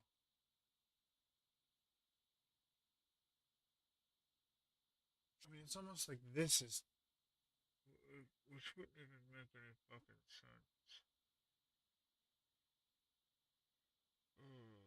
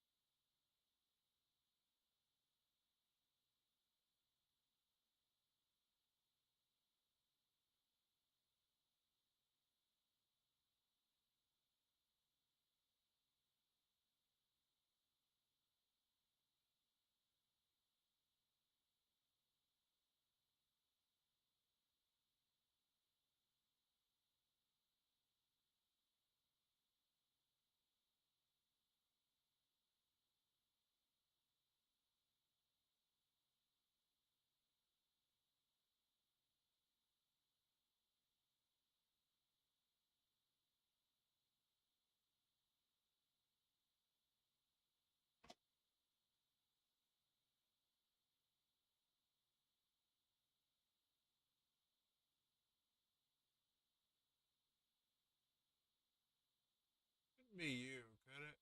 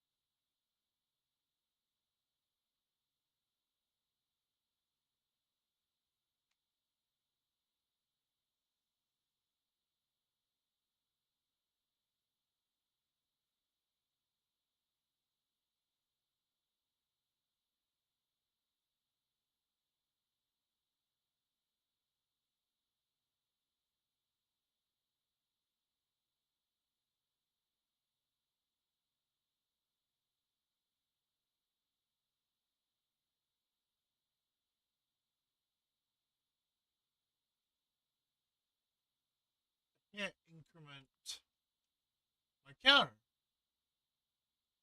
I can't increment my fucking counter. Why?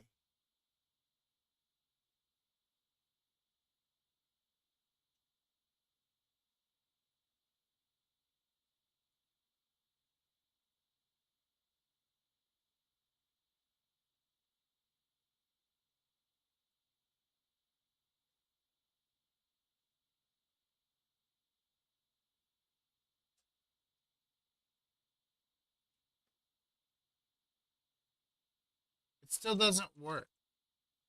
Is something eating that?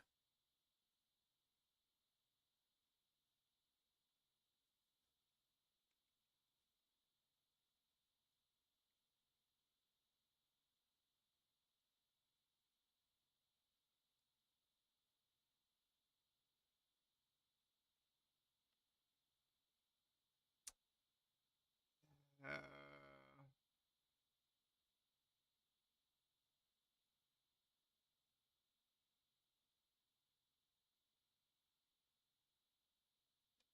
I just don't understand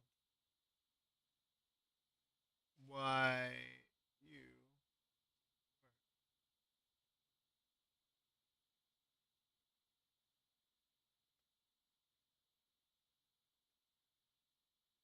Like, for example, does this work? Works perfect. Why doesn't the counter work?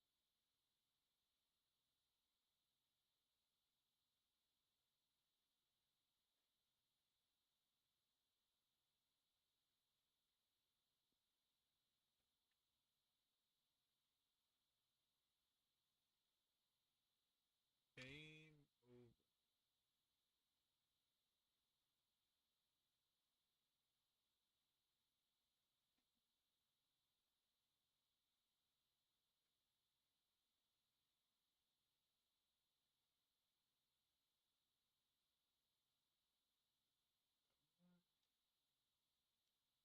No.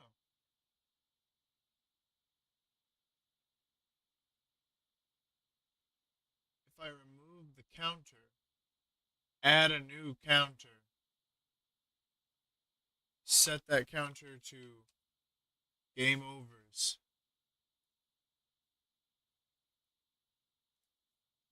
Game over.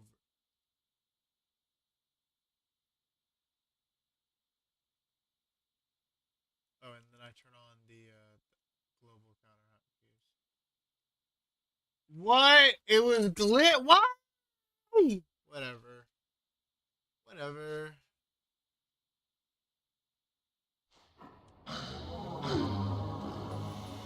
Oh.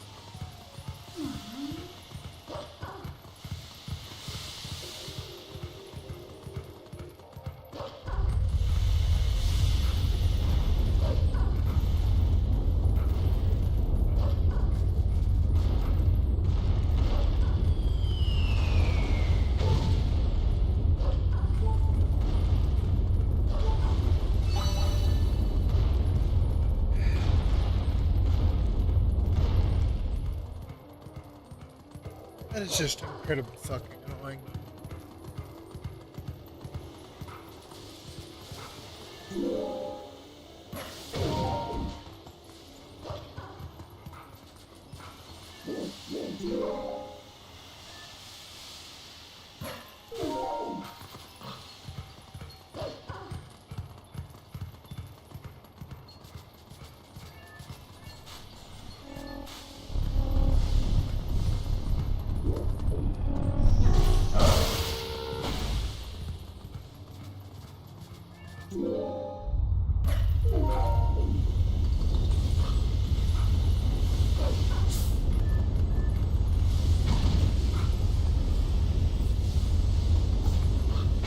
No, get.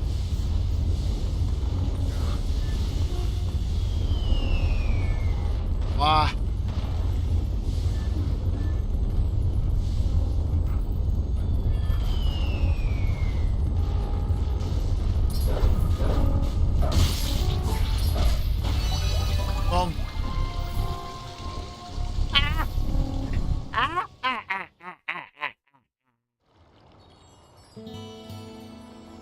Hurt me.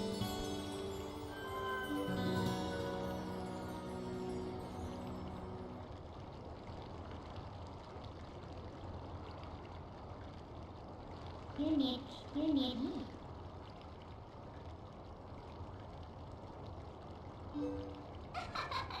Okay. Shalom. So. Right.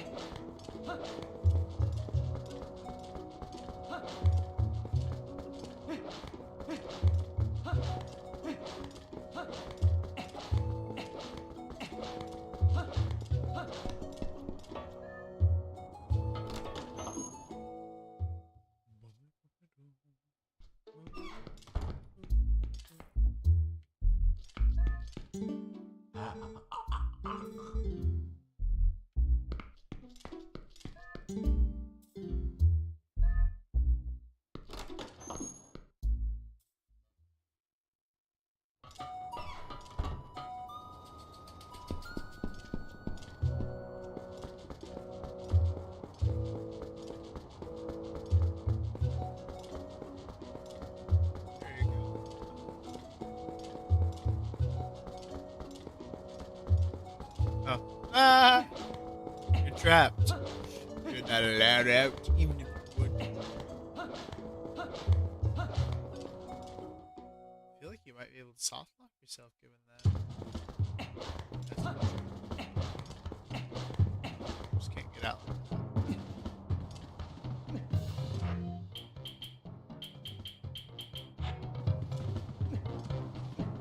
Potion.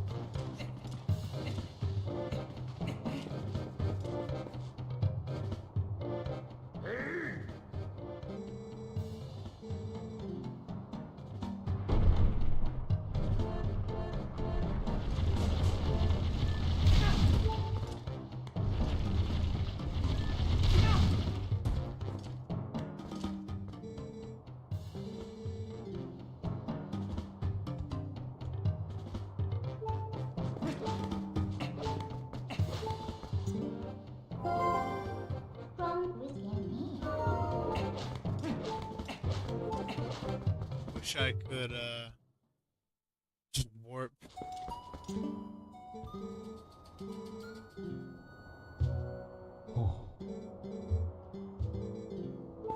Okay, badass.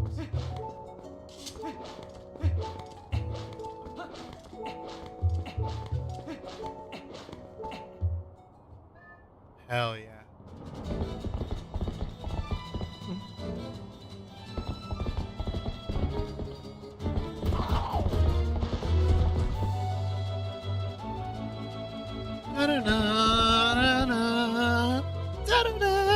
Link's like, what? What the fuck? Opponent's like, motherfucker, I'm coming.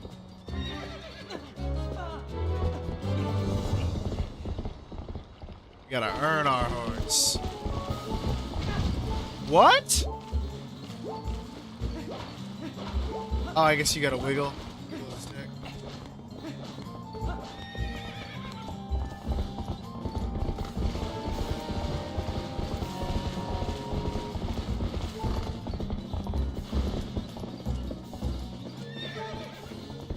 Well.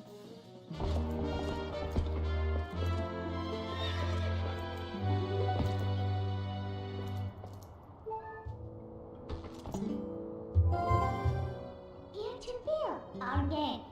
Could we be? Hell yeah. Here's our horse. Which you get to have for a majority of the game. And you're finally faster on Link! We can hop fences! All sorts of shit. This bastard.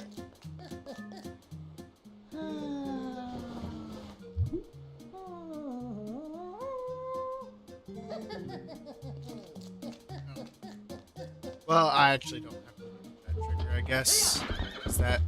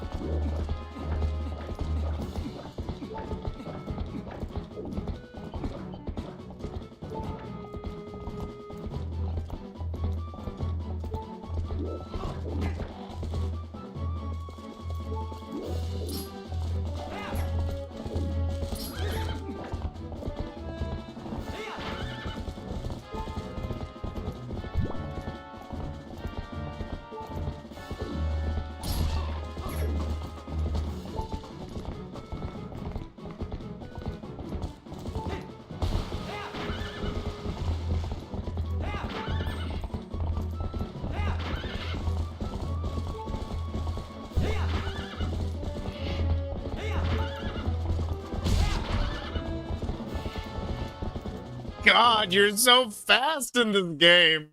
Damn.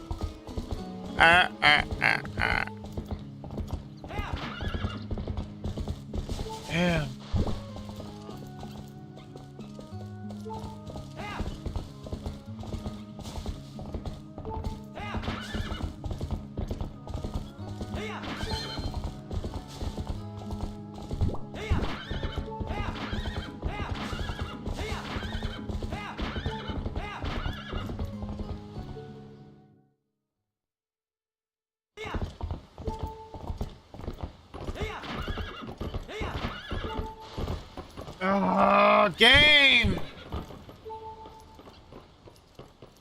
Come on! You get caught on a corner for one little instant, and it's like, oh, turn around.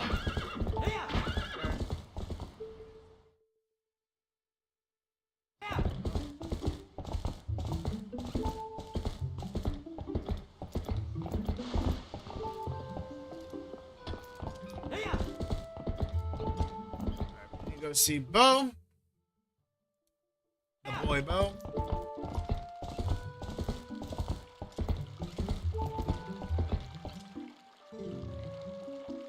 Ooh.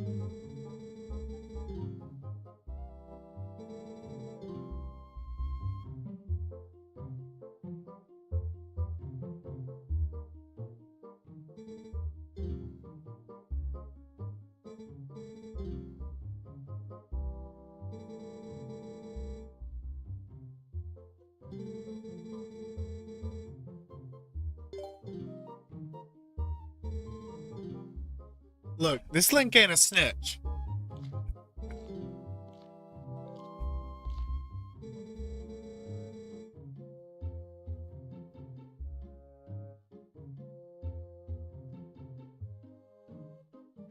Look, I would accept. I would like snitch on you if there were like an actual valid. I know how to do it. Oh, oh.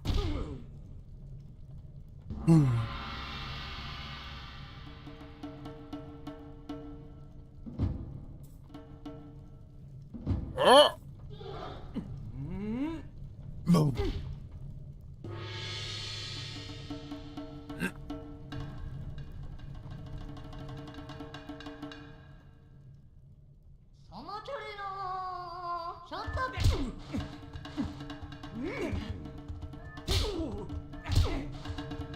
Boom!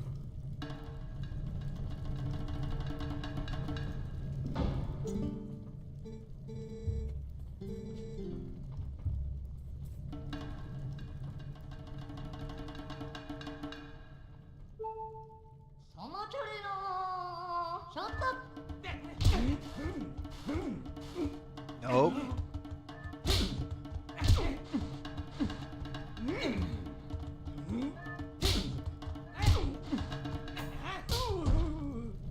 Got your ass.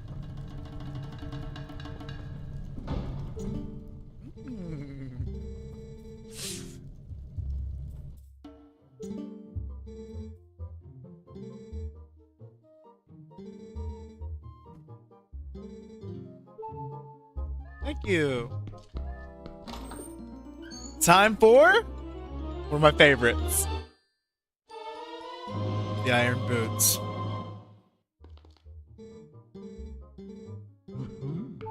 Badass. They're not the most incredibly constantly useful, but they're great in Lanayru, they're great in the Goron area, they're great for quite a few places. And then even when they're not great, they're still not terrible. It's just they do slow you down. Can't wear them while on Epona either. Which would be kind of cool, I think.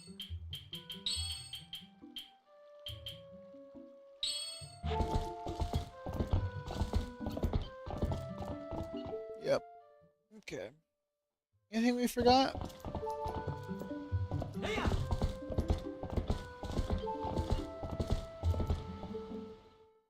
I don't think 100% includes all pieces of art. It might, but they might just naturally be along the group for the most part. I don't know.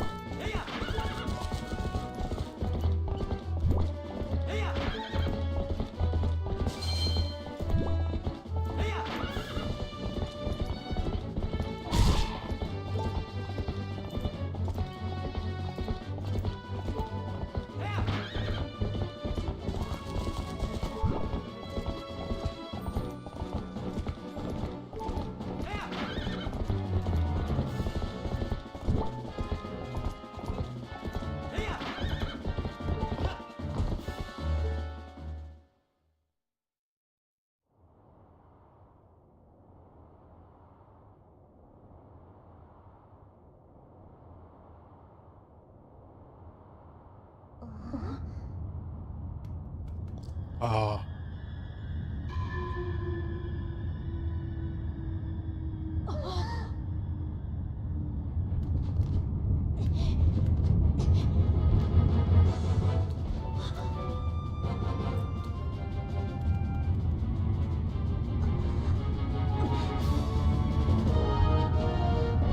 Bum, bum, bum, bum. That's what makes a person a hero. Get the fuck out of the way.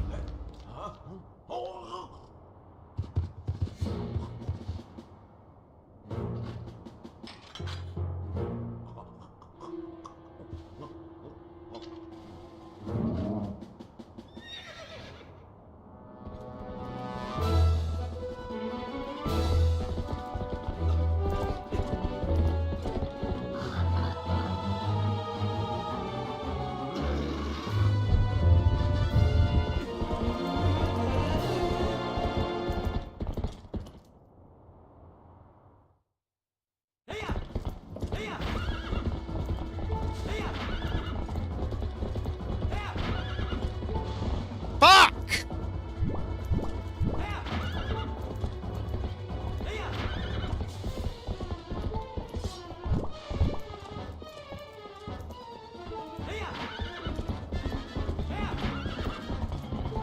Game, come on, dude! We're in a hurry! I know I could sit here for literally an infinite amount of time and it'd be okay, but come on. Fuck off. Alright, there we go.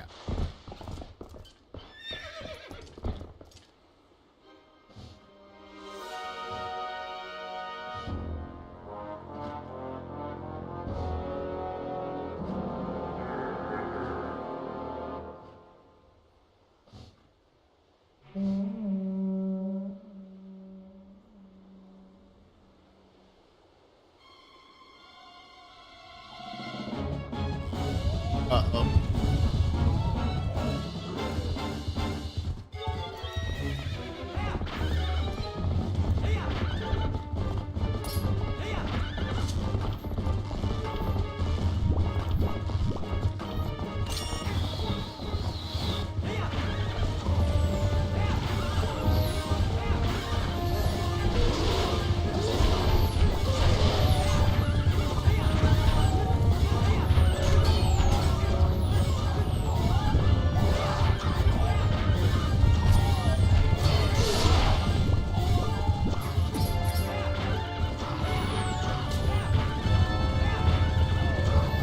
Basic maneuvers!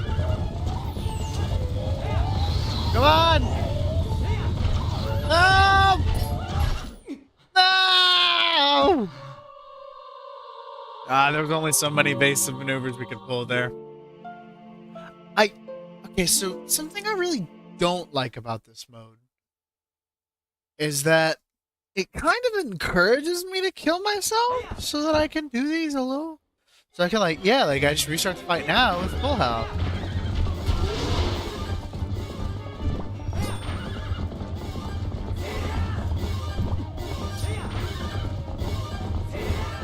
Dude, really?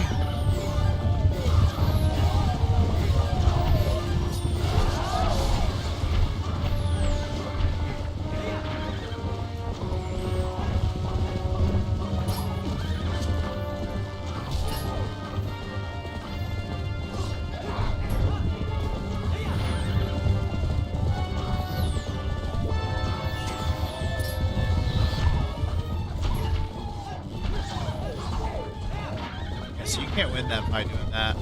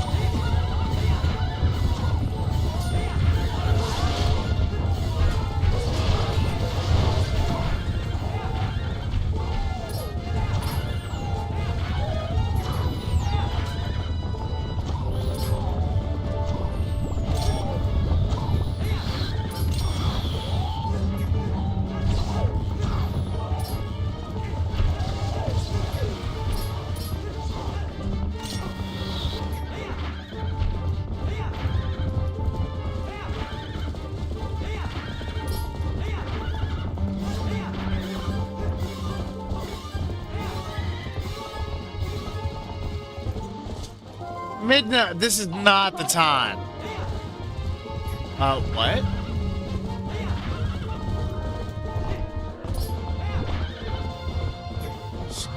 Fuck out of me.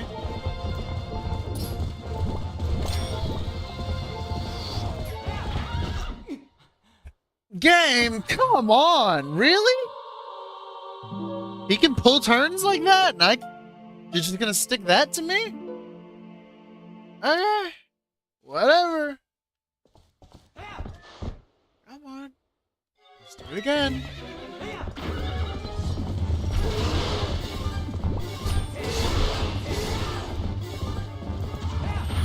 No, it's just because I'm not wanting to do that. Fuck off. Get away from me.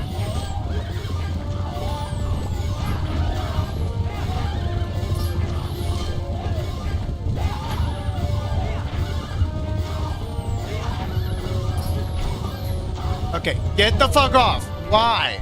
Why are there so many of you bastards? And you're constantly respawning.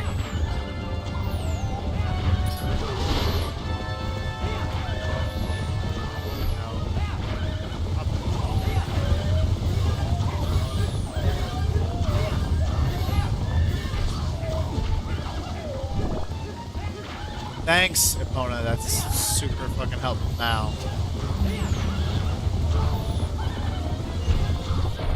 Fucking dumbasses. Really?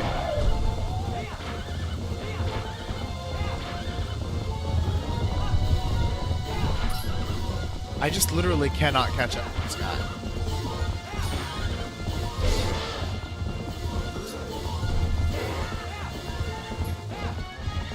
Epona, hurry the fuck up!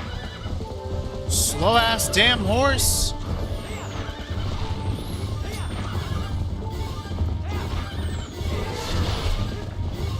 Come on!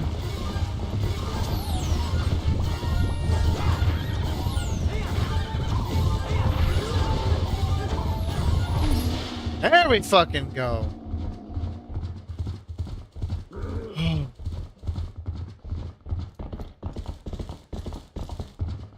Hey, get back here, you son of a bitch!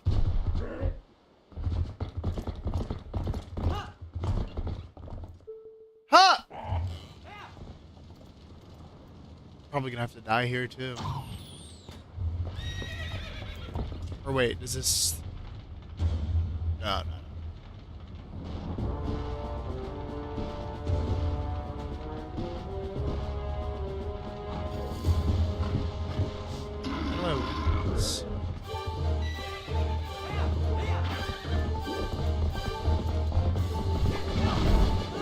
You don't.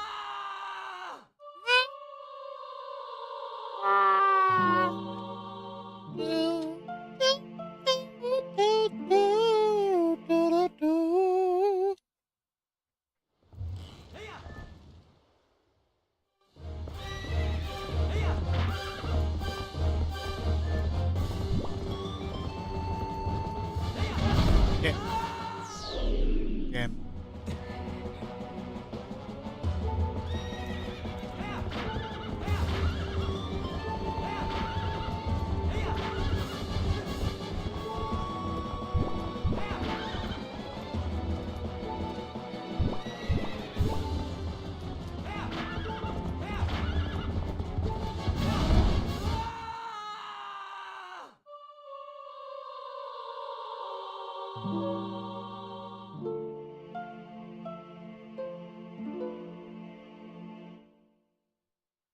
Yeah.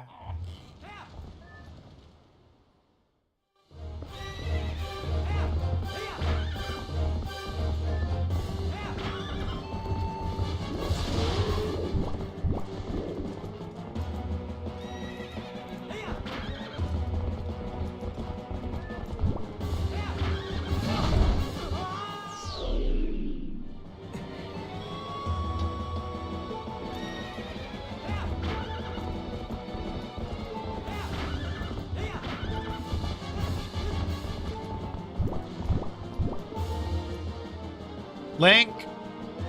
Yeah, thank you. Opponent.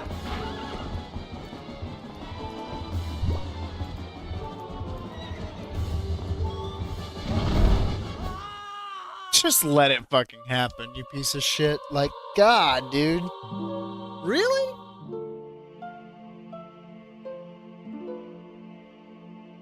The fucking controls on the horse are so terrible.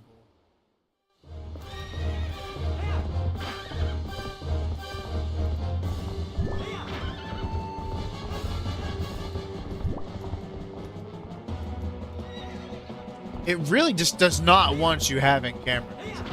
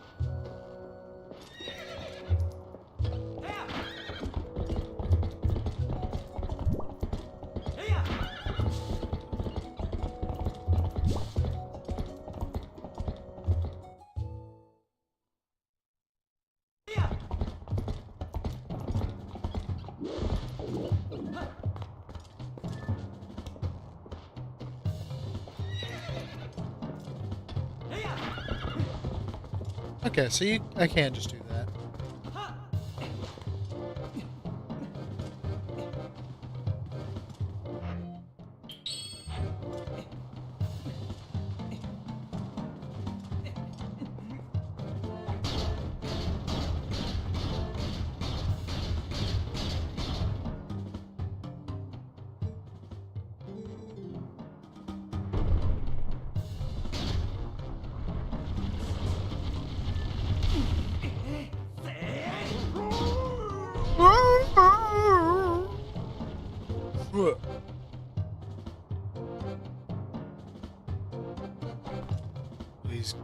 He's gone now.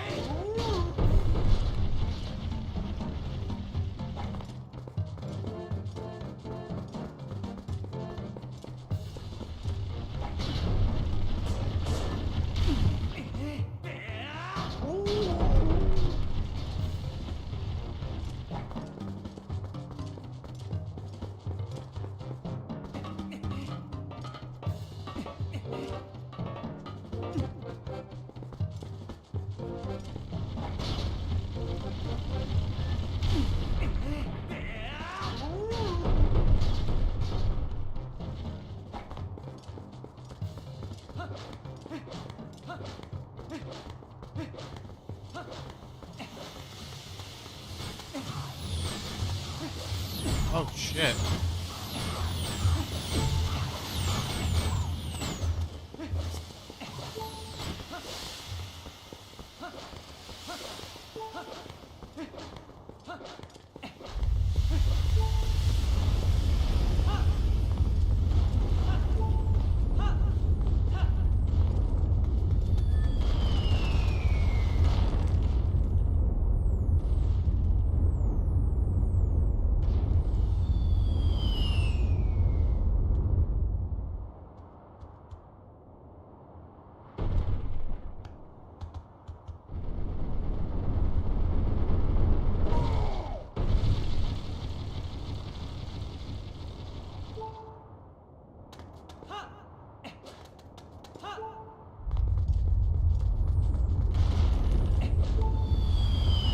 No!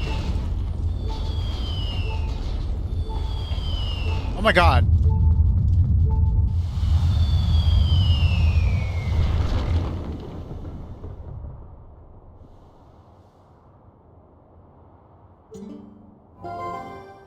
So, citrus there. This is citrus. You there. Oh! You touching that takes damage. Yeah.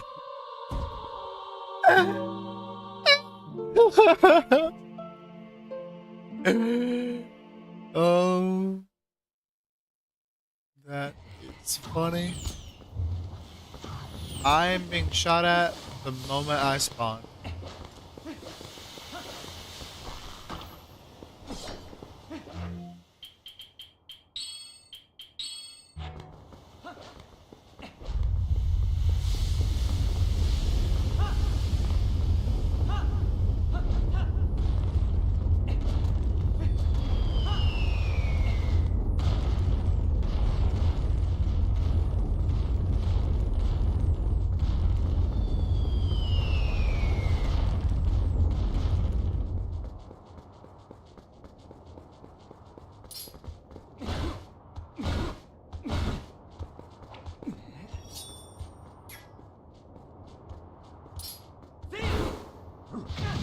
Ow, what the hell?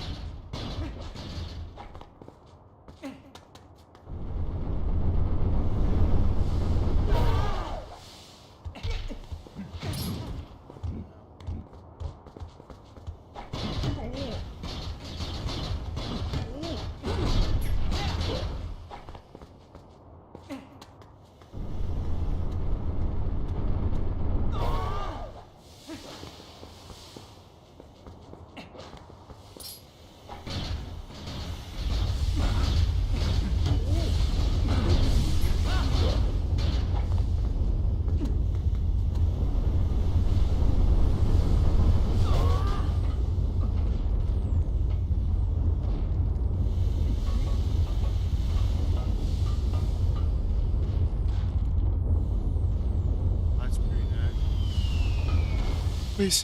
Okay. That's scary. I still need to go further up. Clearly.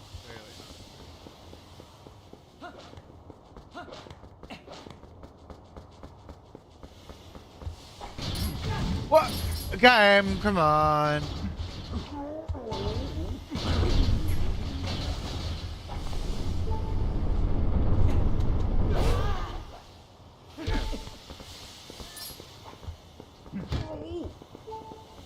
What?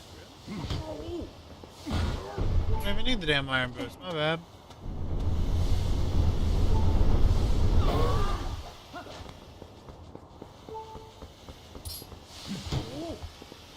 Just gotta counterattack, and you got it.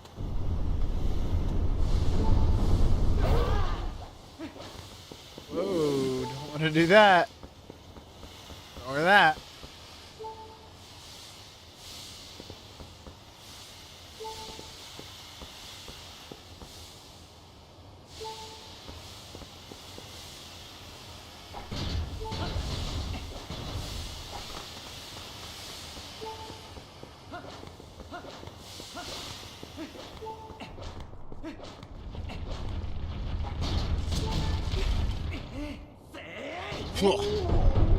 Ready.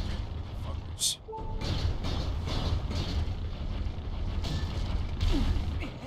Get out.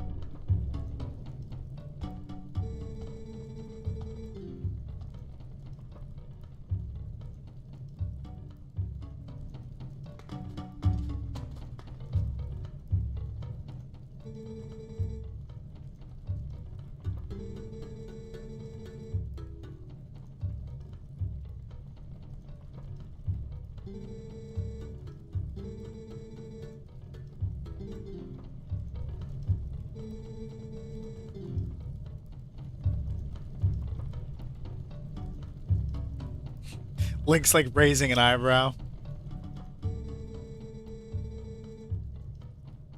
Oh yeah. Take you on and I'll win.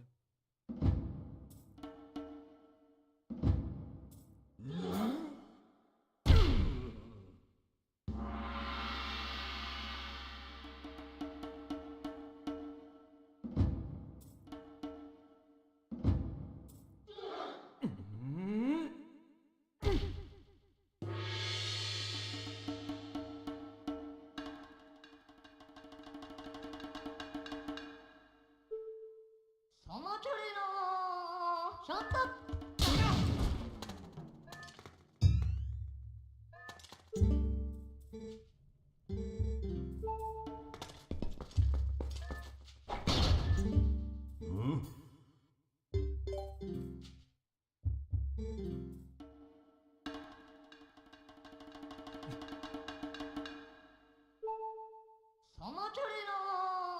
Shut up!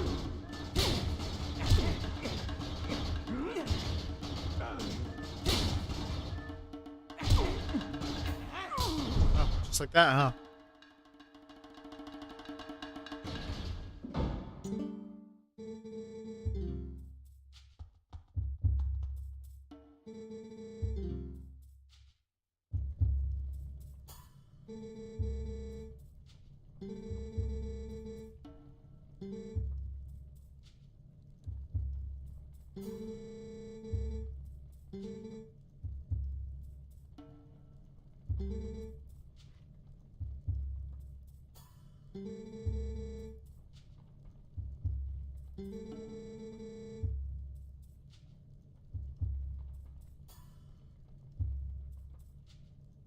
My God. Zen killed him.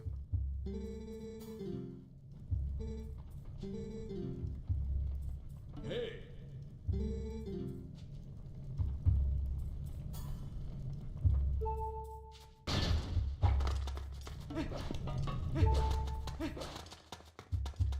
Cool. And we are on to the Goron Mines.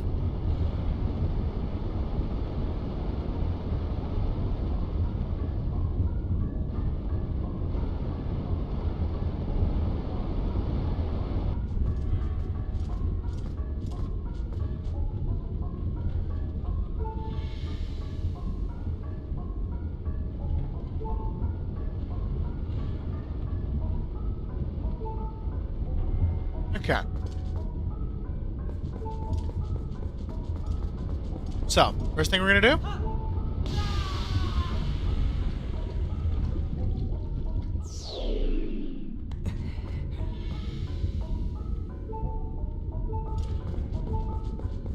Oh, that didn't work. That sucks.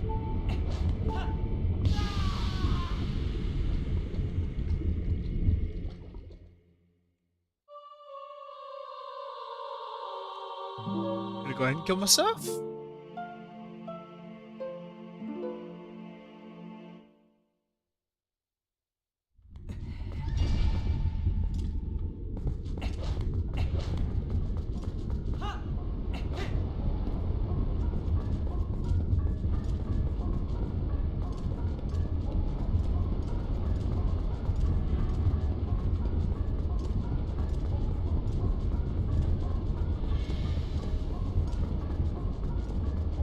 Okay.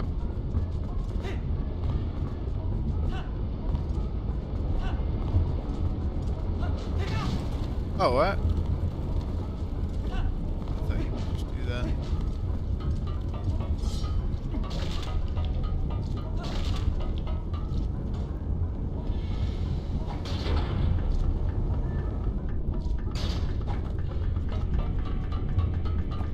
Oh, I see, I see, I see.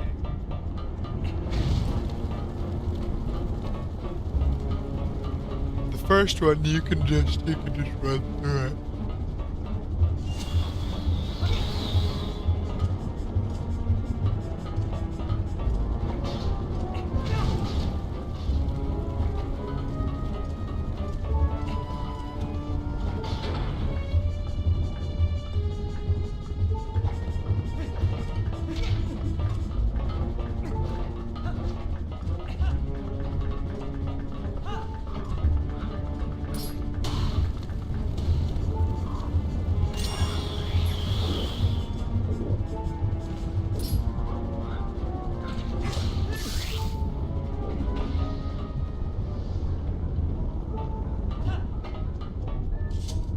We're gonna climb up. Jump straight in the lava. That's really not where I was trying to go.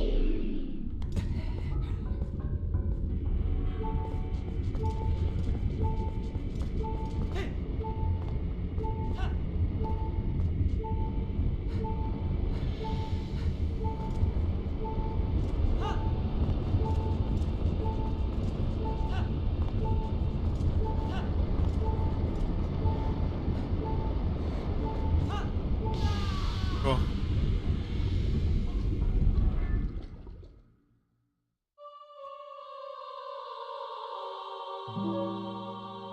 Yeah, hero mode. Much cooler in theory than in action.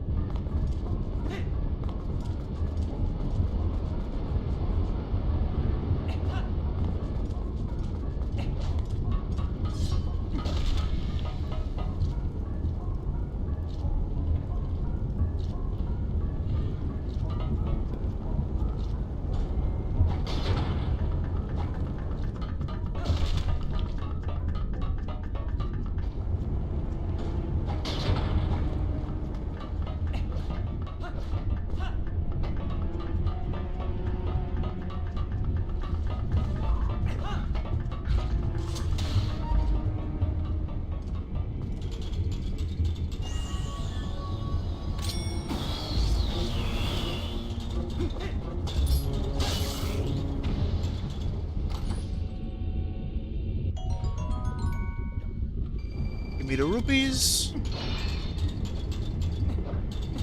So give me the rupees, bitch.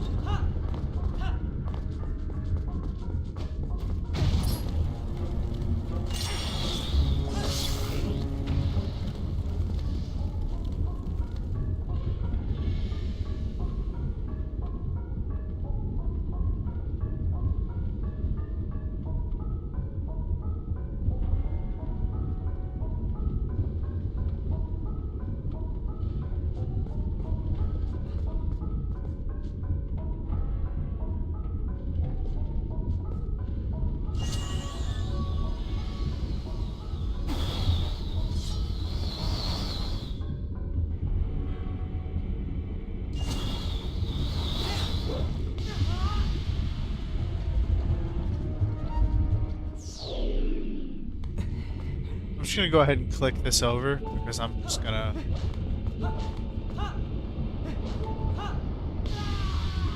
Do that. Cheers, everybody! Make sure to drink some water.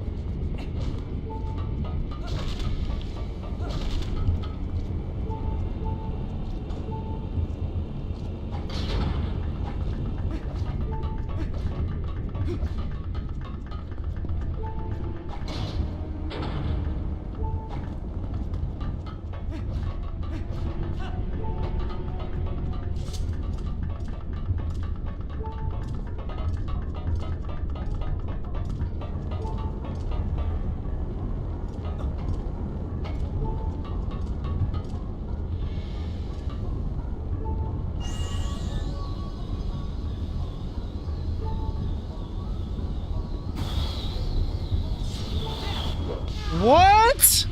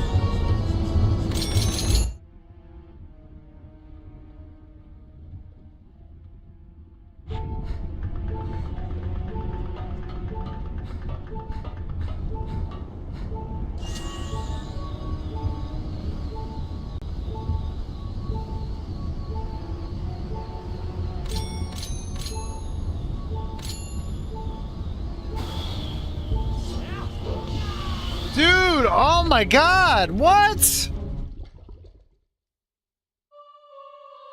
Oh god. All of these LJAs kind of fucking like they're like only really halfway worth it because you lose so much health from attempting one. Like, damn, bro.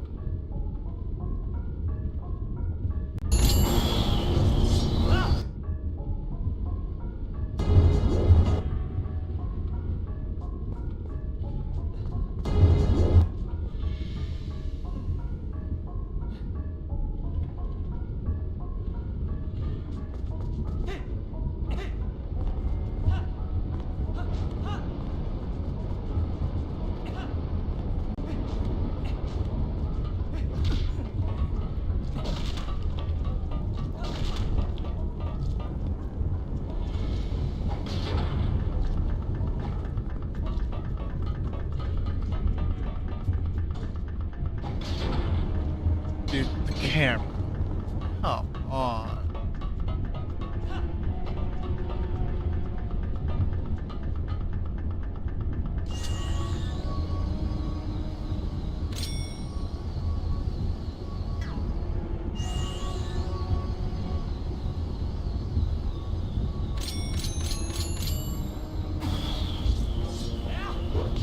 Doesn't work. Doesn't work.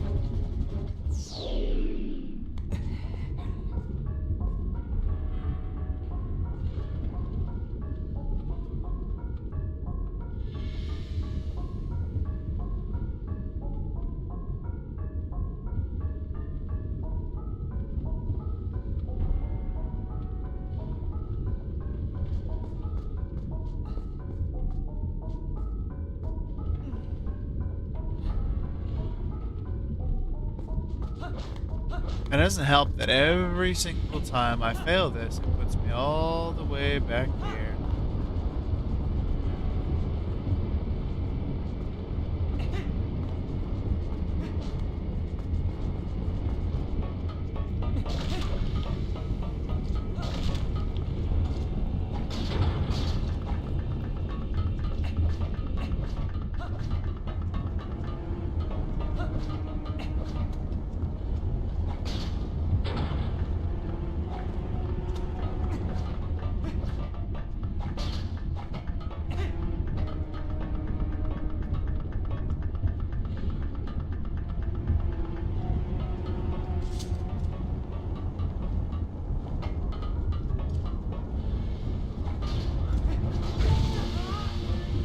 Cool. I fucking hate this game sometimes. Why? Why would you leave me on half a heart? Like fucking hell, you're not being helpful. You're just making it to where I'm not dying and not resetting my health.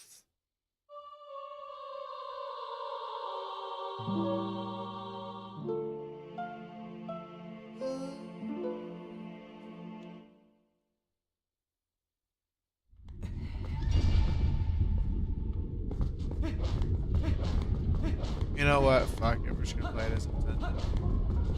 Like, I'm gonna try to do some LJs where I can fit them. And do some little, Come on! Is it such a fucking valuable gameplay mechanic for me to sit here and wait? Timing is not a fucking skill. It's just, did you do it? Yes? Nope? Nope.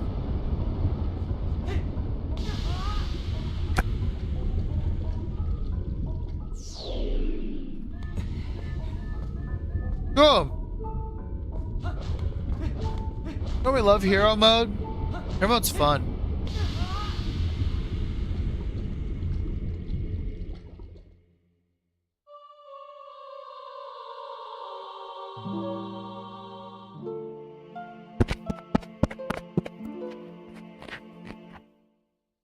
I'm not mad. I'm not mad at all.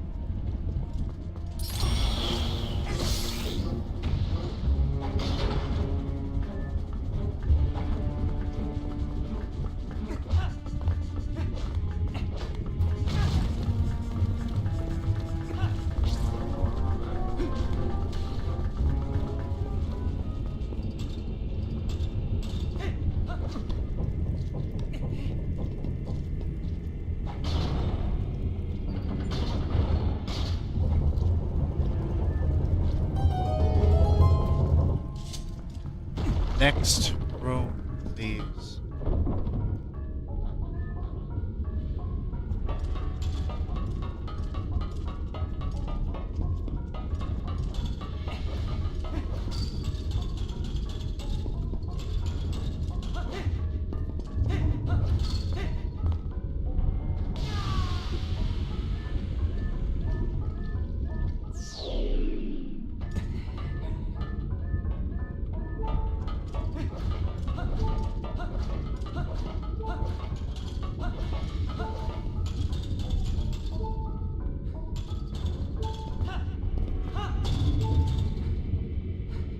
Again, is this a puzzle?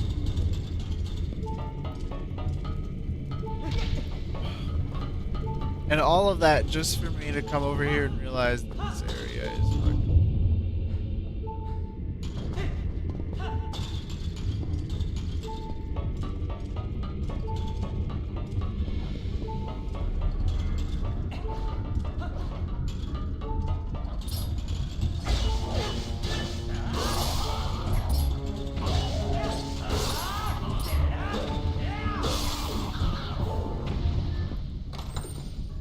Compass or map, rather?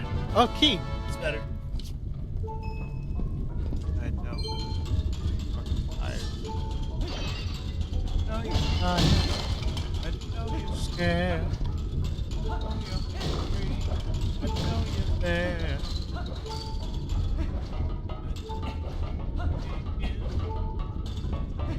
I need your mind. Never, ever, ever gonna be apart. I'm like, baby, baby, baby. Ah. You thought you'd always be mine.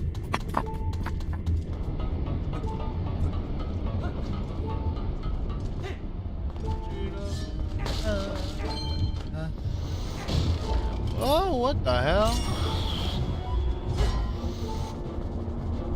Oh, okay.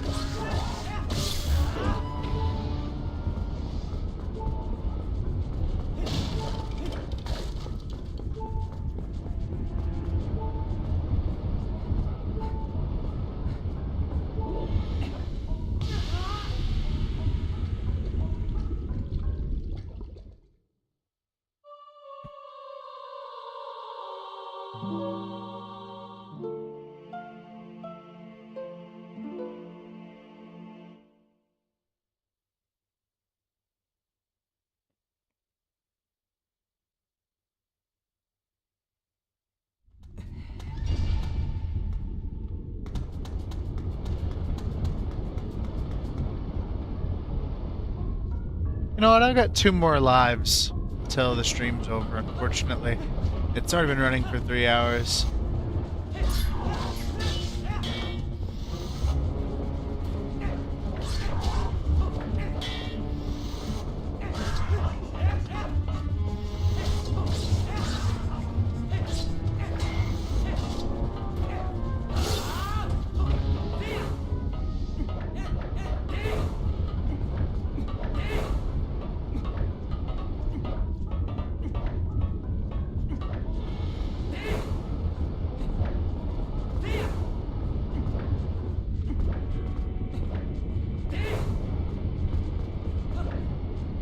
This controller is fucking not good.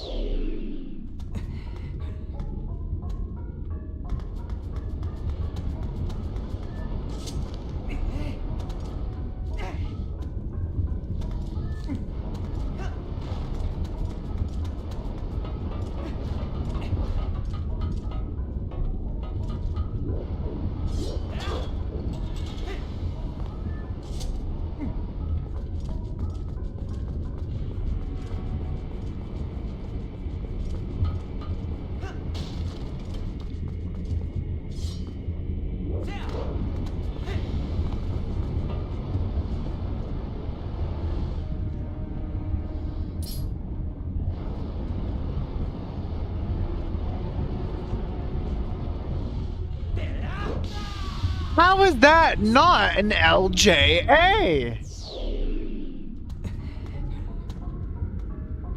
I don't understand.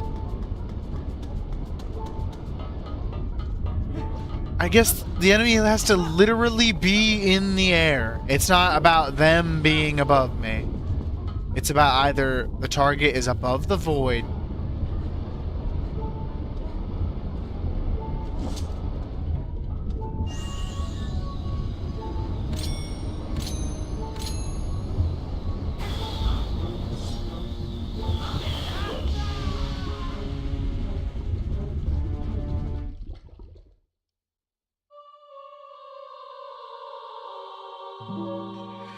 I don't know.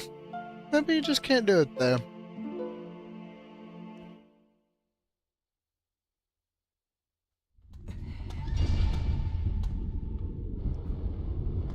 This game's kind of like a buggy, or not this game. I'm not talking about Twilight Princess HD in specific. I'm meaning just Twilight Princess in general is kind of a buggy mess.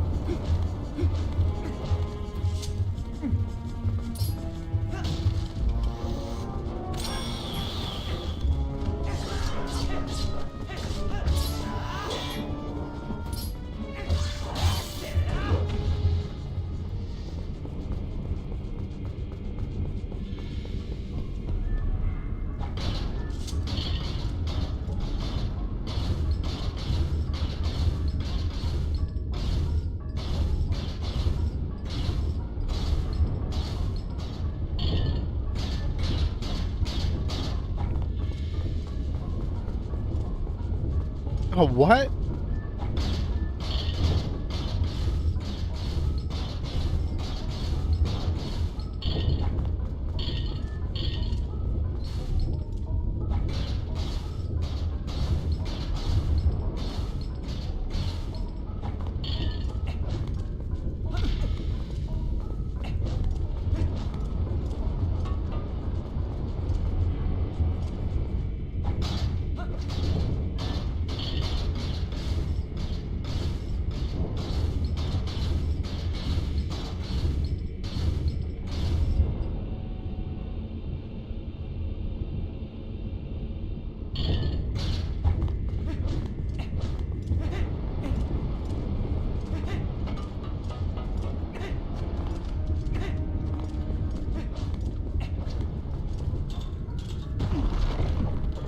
Okay.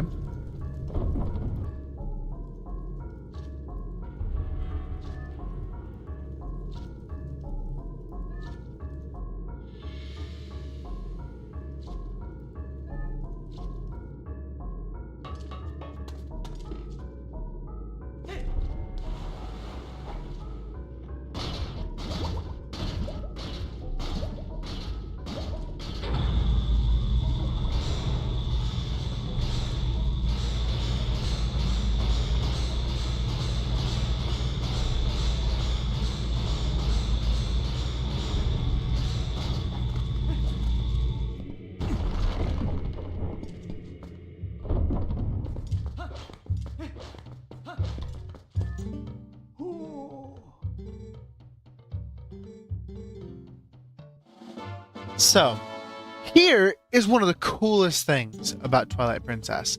It is lazy. Now, for most people, that doesn't sound like such a good thing, you know? It's like, what? It's lazy? Isn't that terrible? No, no, no, no, no. The game is coded lazily, but kind of in a good way. So under normal gameplay conditions, you will always go ahead and collect all 3 key shards and then go into the boss door. You won't go to the boss door before you have all 3 key shards, or more accurately, before... You'll never have the 3rd key shard and not the others in normal gameplay conditions. There are situations where you can, but in general, you're not going to. But the game only checks for the final piece, right? So if you have some kind of key piece that needs to be found, you only need to find the final key piece. Same thing goes for these fused shadows. The game only checks for the last one.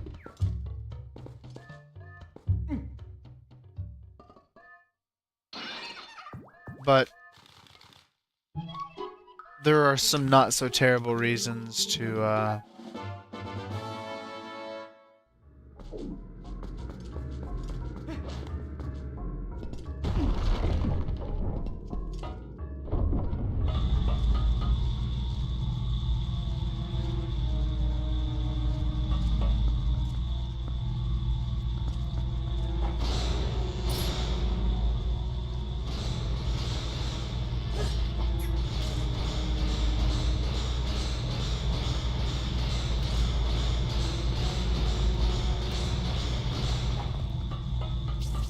not so bad.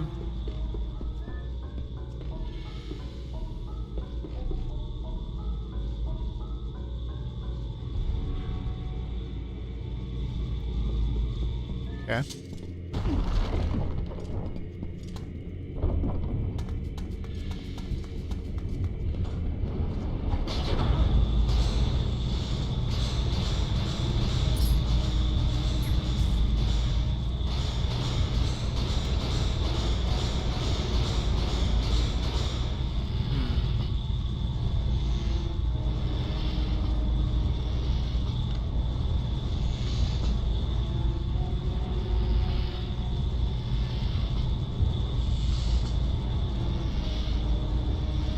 So this is where I came down from. Back to there. We probably want to be able to go over there.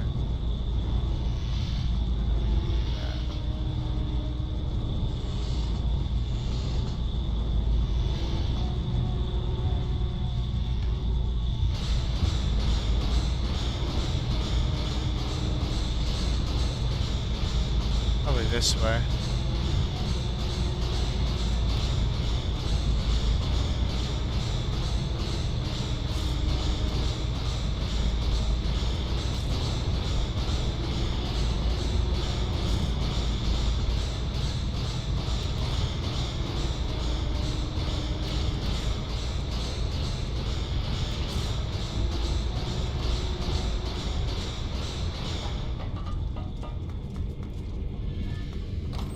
Monkey? Piece of heart! Very happy about that, actually.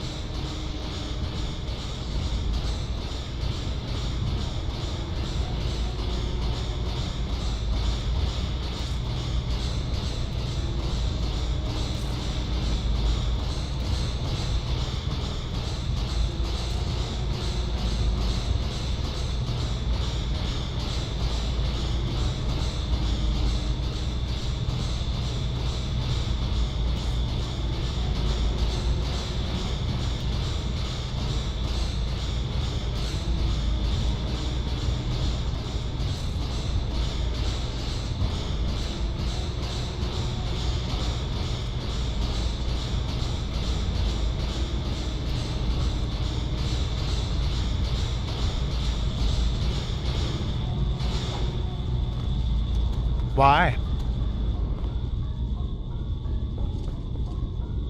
Excuse me, what? Oh.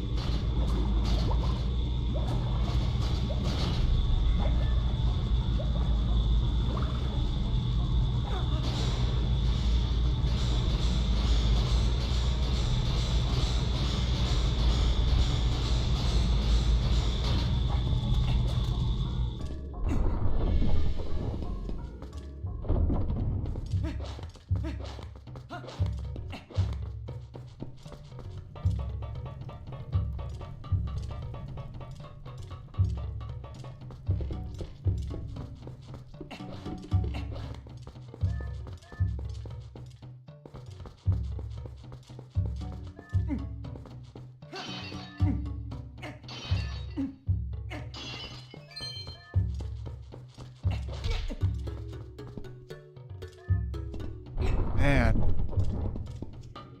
Oof.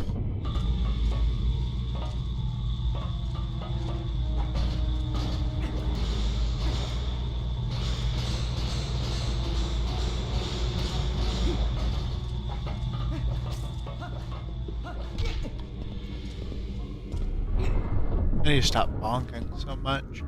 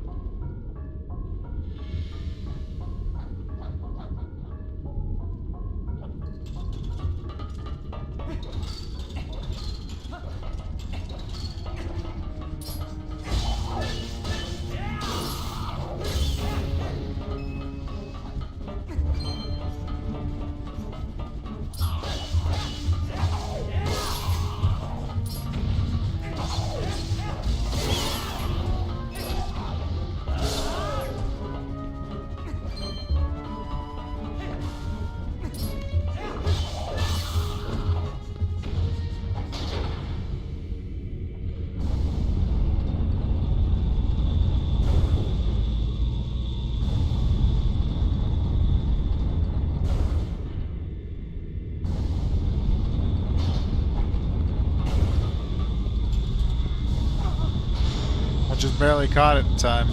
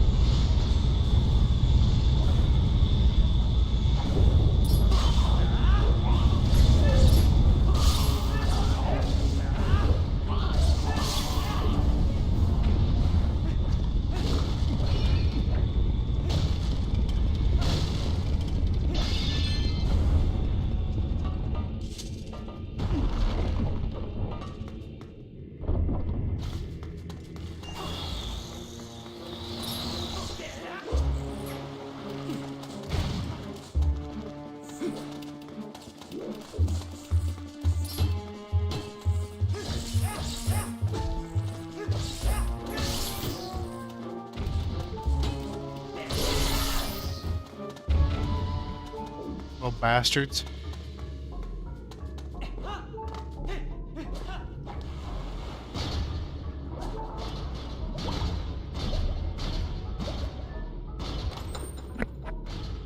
Dun da da da da.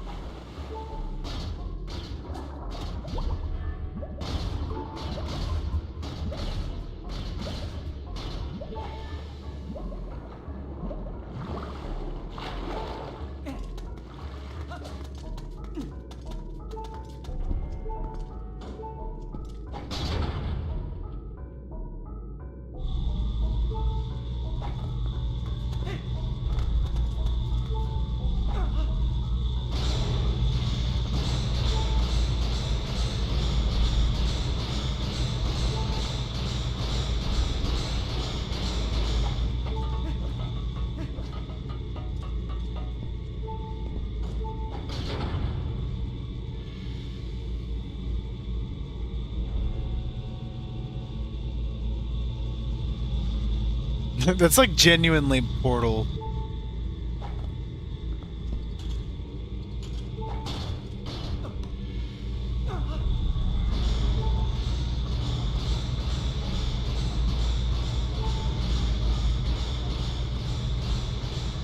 Hey, wait a minute. that genuinely is just Portal mechanic.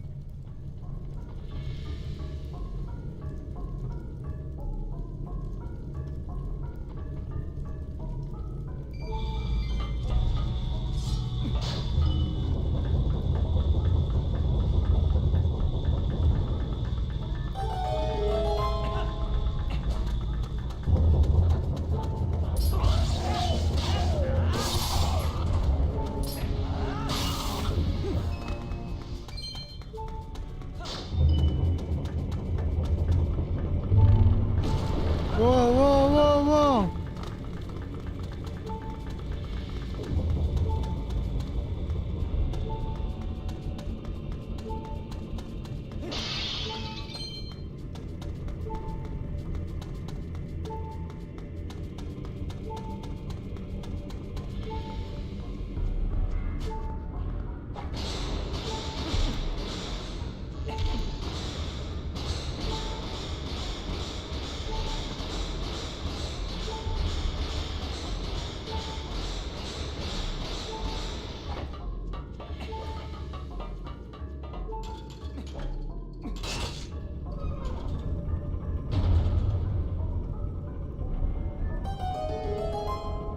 Yeah, I see that.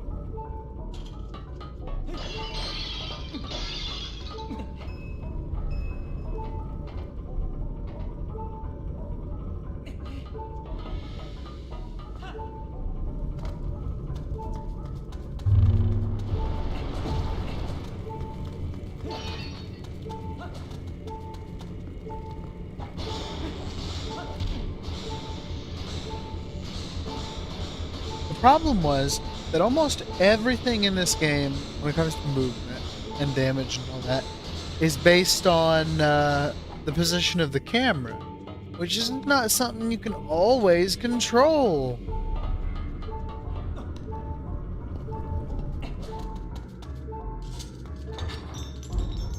And so it ends up being a little ridiculous.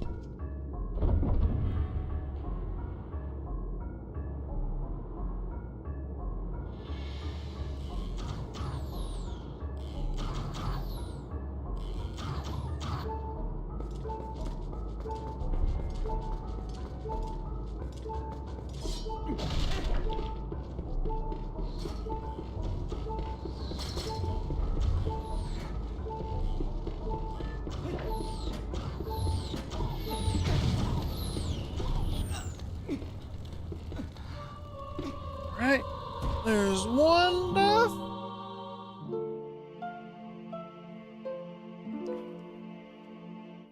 Oh. Oof, oof, oof.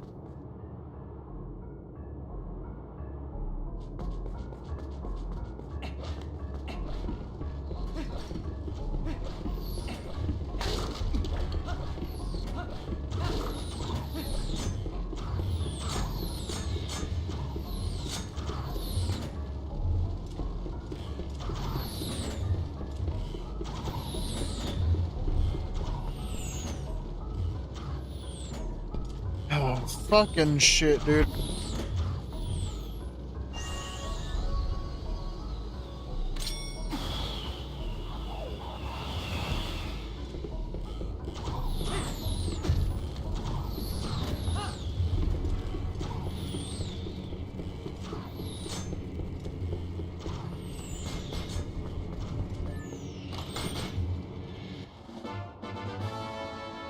Oh, hey, look at that.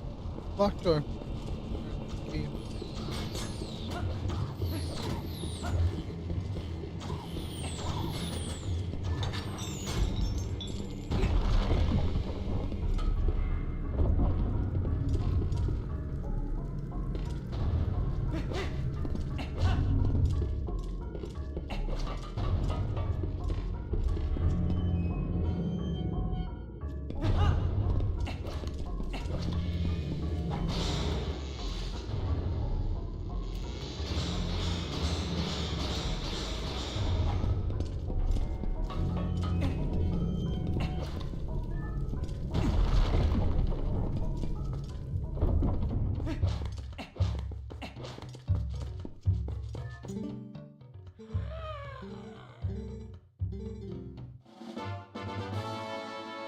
Oh yeah.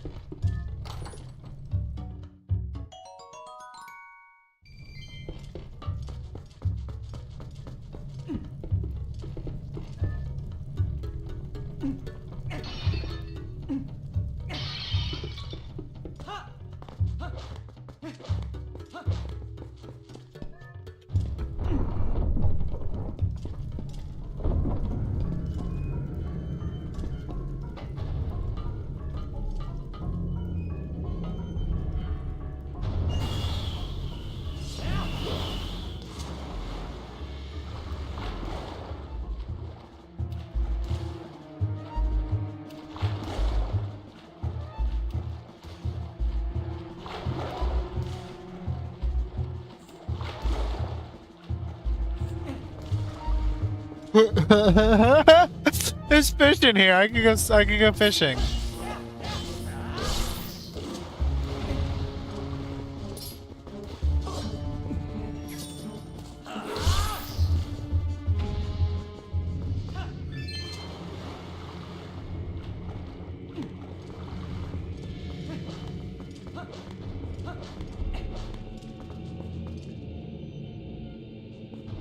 Alright, you know what? I'm actually good for today.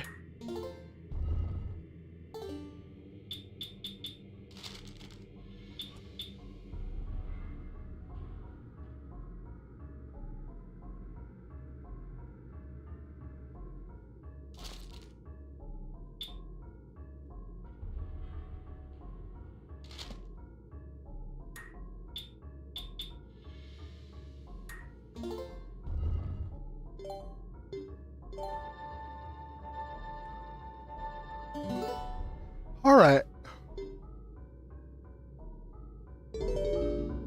Thank you guys so much for watching. Anybody who joined in post-stream or during stream, thank you so much. And if you enjoyed the stream and you want to catch the next one, make sure to subscribe to be notified. But in general, we try to keep it around 3 p.m. startup, somewhere around there, 2:33, 2 o'clock, 4 o'clock. Oh, that's not good.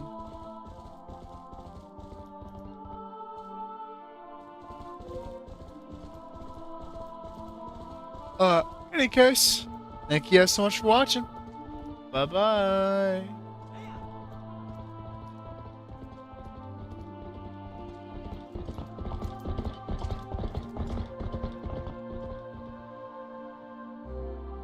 And also cheers.